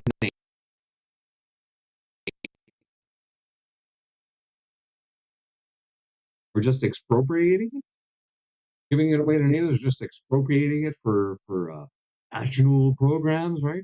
Or they just basically kill the economy, drive up taxes, and then destroy anybody's buying power, and then eventually just grab everybody's land that way as well. And that's for those that actually stayed in the country, that didn't flee from all the chaos that they continued to create by not enforcing the laws, which of course was another topic coming up. Why can't you do anything about the terrorists that are in house? You're going, well, we have these laws we have to pass. They're still going on about that. Eh? You have to pass these laws, or else without these laws, we can't do anything. And we have a process here in Canada. We just can't go willy-nilly removing people. Yeah, because you let them into the country. You let them into the country, and nobody ever seems to remind you of that you created this problem. And while the problem was being created, guess what? It wasn't a problem before 2015 because there were existing laws that you could have used to remove them out of the country, but you refused to do that so that you could create the chaos to bring in these authoritarian rules. Not only that chaos, but the chaos of drug addiction by simply saying, oh, harm reduction. We need to allow people with addictions to exploit their addictions because that's always a good plan, right? You idiots. So, of course, the study comes out, proves what we knew all along. Anybody who's dealt with addiction knows about the 12-step program, knows that if you keep feeding the addiction, the addict will never get better. But apparently, to the Minister of Death Care, that's, no, we need to give more death. And they're like, no, we need all the tools in the toolbox. We just can't go by one study. And we're like, well, actually, this study was tracking everybody. Where's your data? Where's your science?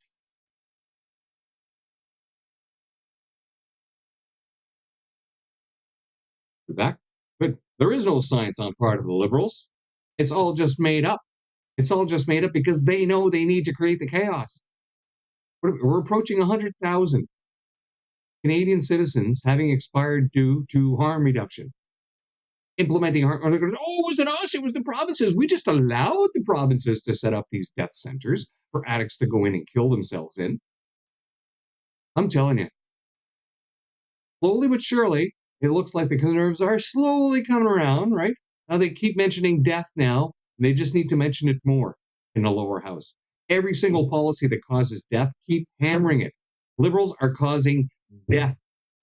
Now they almost said that. They almost said they're causing death. They're like how many more Canadians have to die. But if they just say death, oh, here's another policy that causes more death, and another policy that caused more death than misery. And of course, people are asking, why can't you give us some economic? And of course, they come back and go, well, we help seniors by giving free lunches to kids. Sorry, we didn't mean to say childcare. Oh, wait a minute. They can't keep spitting out their National Socialist programs fast enough to basically explain away all the money they're pissing away and taken from us, and nothing ever gets better. And of course, like I said at the beginning of the show, April 1st, here comes that new tax increase. The tax increase that Liberals say will not affect your life whatsoever, right? Just like the tax increases in their policies.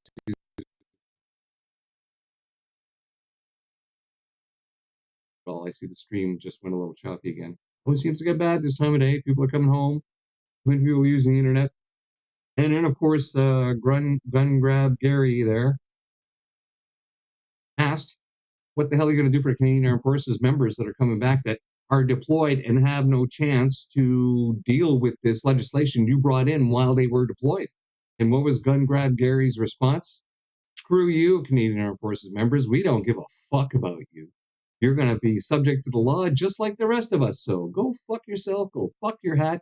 Fuck you, soldiers. Just like they told us during the COVIDity stupidity. They don't care about Canadian Armed Forces members. The Veterans Affairs has pretty well told us that.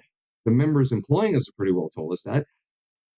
We know morale's in the toilet because nobody's joining, to the point where they have to offer mercenaries from other countries to join the Canadian Armed Forces, fill the ranks, to the point where they're actually ignoring implementing CDS Directive 003 Annex A, forcing members to get the COVID-19 jab now to deploy if they're ground pounders. Seems like they're ignoring that requirement for the reservists just so they can get their bodies out the door, because they realize that policy is horrible. Yet there still is, and they have to keep it in the books because they're hypocrites. They realize that it's deadly, but yet they leave it there. They don't care about the Canadian Armed Forces members. They don't care about Canadians. They don't care about any of us. They will just keep spinning us into oblivion. And we will see you tomorrow morning at second breakfast and back in the afternoon for the nap at 45 minutes prior, or maybe a little sooner if we do an earlier stream. So thank you all for showing up. Make sure we get the going. Here we go. Do this and that. And boy. Can I just recap what's in the Public Safety Minister's QP binder? He just said, of the 700 Iranian regime officials, human rights abusers, one has been deported. If the Conservatives want the truth, we'll tell them the truth. Yesterday from the Prime Minister really freaked these Conservatives out because they saw the ambition in that speech. And not only did they see it in that speech today, as the Prime Minister stood with the Premier investing in new nuclear to ensure the jobs of today and the future, they know that the youth... The only thing that's revolting are those answers. Speaker, we will take no lessons from these Conservatives. Trust me on that. The Minister didn't write the Prime Minister's speech yesterday because it wouldn't have bored and depressed to tears. It's really hard to follow, isn't it, Mr. Speaker? All of those poor students stuck in that room. There he spoke about how they would have to sacrifice more and that it would take time to reverse all of the misery that has built up over the last 10 years. Mr. Speaker, young people want to have homes. They want to have jobs. They want to have hope. They want a budget that is affordable so they can have a life that is affordable. Will the Prime Minister introduce that budget so that Canadians can restore the promise of their country? And we decide what comes next. Canada know that this government has their back and we will continue to do that. There's going to be a powerful statement for the young people of Canada. Deficits are driving inflation. The more Liberals spend, the more it costs Canadians at the grocery store. 25% of Canadians are using food banks because they can't afford to eat. So when will the Prime Minister finally get his inflationary deficits under control so Canadians can put food on the table? Mr. Speaker, Conservative members pretend to care about food insecurity, but then they call feeding children garbage. Mr. Speaker, what's garbage was that answer? Did the Prime Minister see the ad before it went out? Hey, of course there are too many people living in poverty in Canada, but there are significant initiatives being put in place by this government. Being serious means being honest. Mr. Speaker, the grand reveal has been made. Canada's economy is in fact growing, Mr. Speaker. Move on, man, move on. Point of order. There was some very unparliamentary language that we heard today. Sets us up well for the new world order. Government provided a $206 million below market rate loan and nearly $150 million in subsidies to a wind farm in Nova Scotia linked closely to foreign MPs for government, but these are these same Liberals who 10 times have been found to have broken Canada's ethics laws. And they Liberal insiders connected to former Liberal MPs received a I believe the progress that we have made in the partnership sets us up well for the new world order. My comment by telling the truth that the answer was bovine excrement.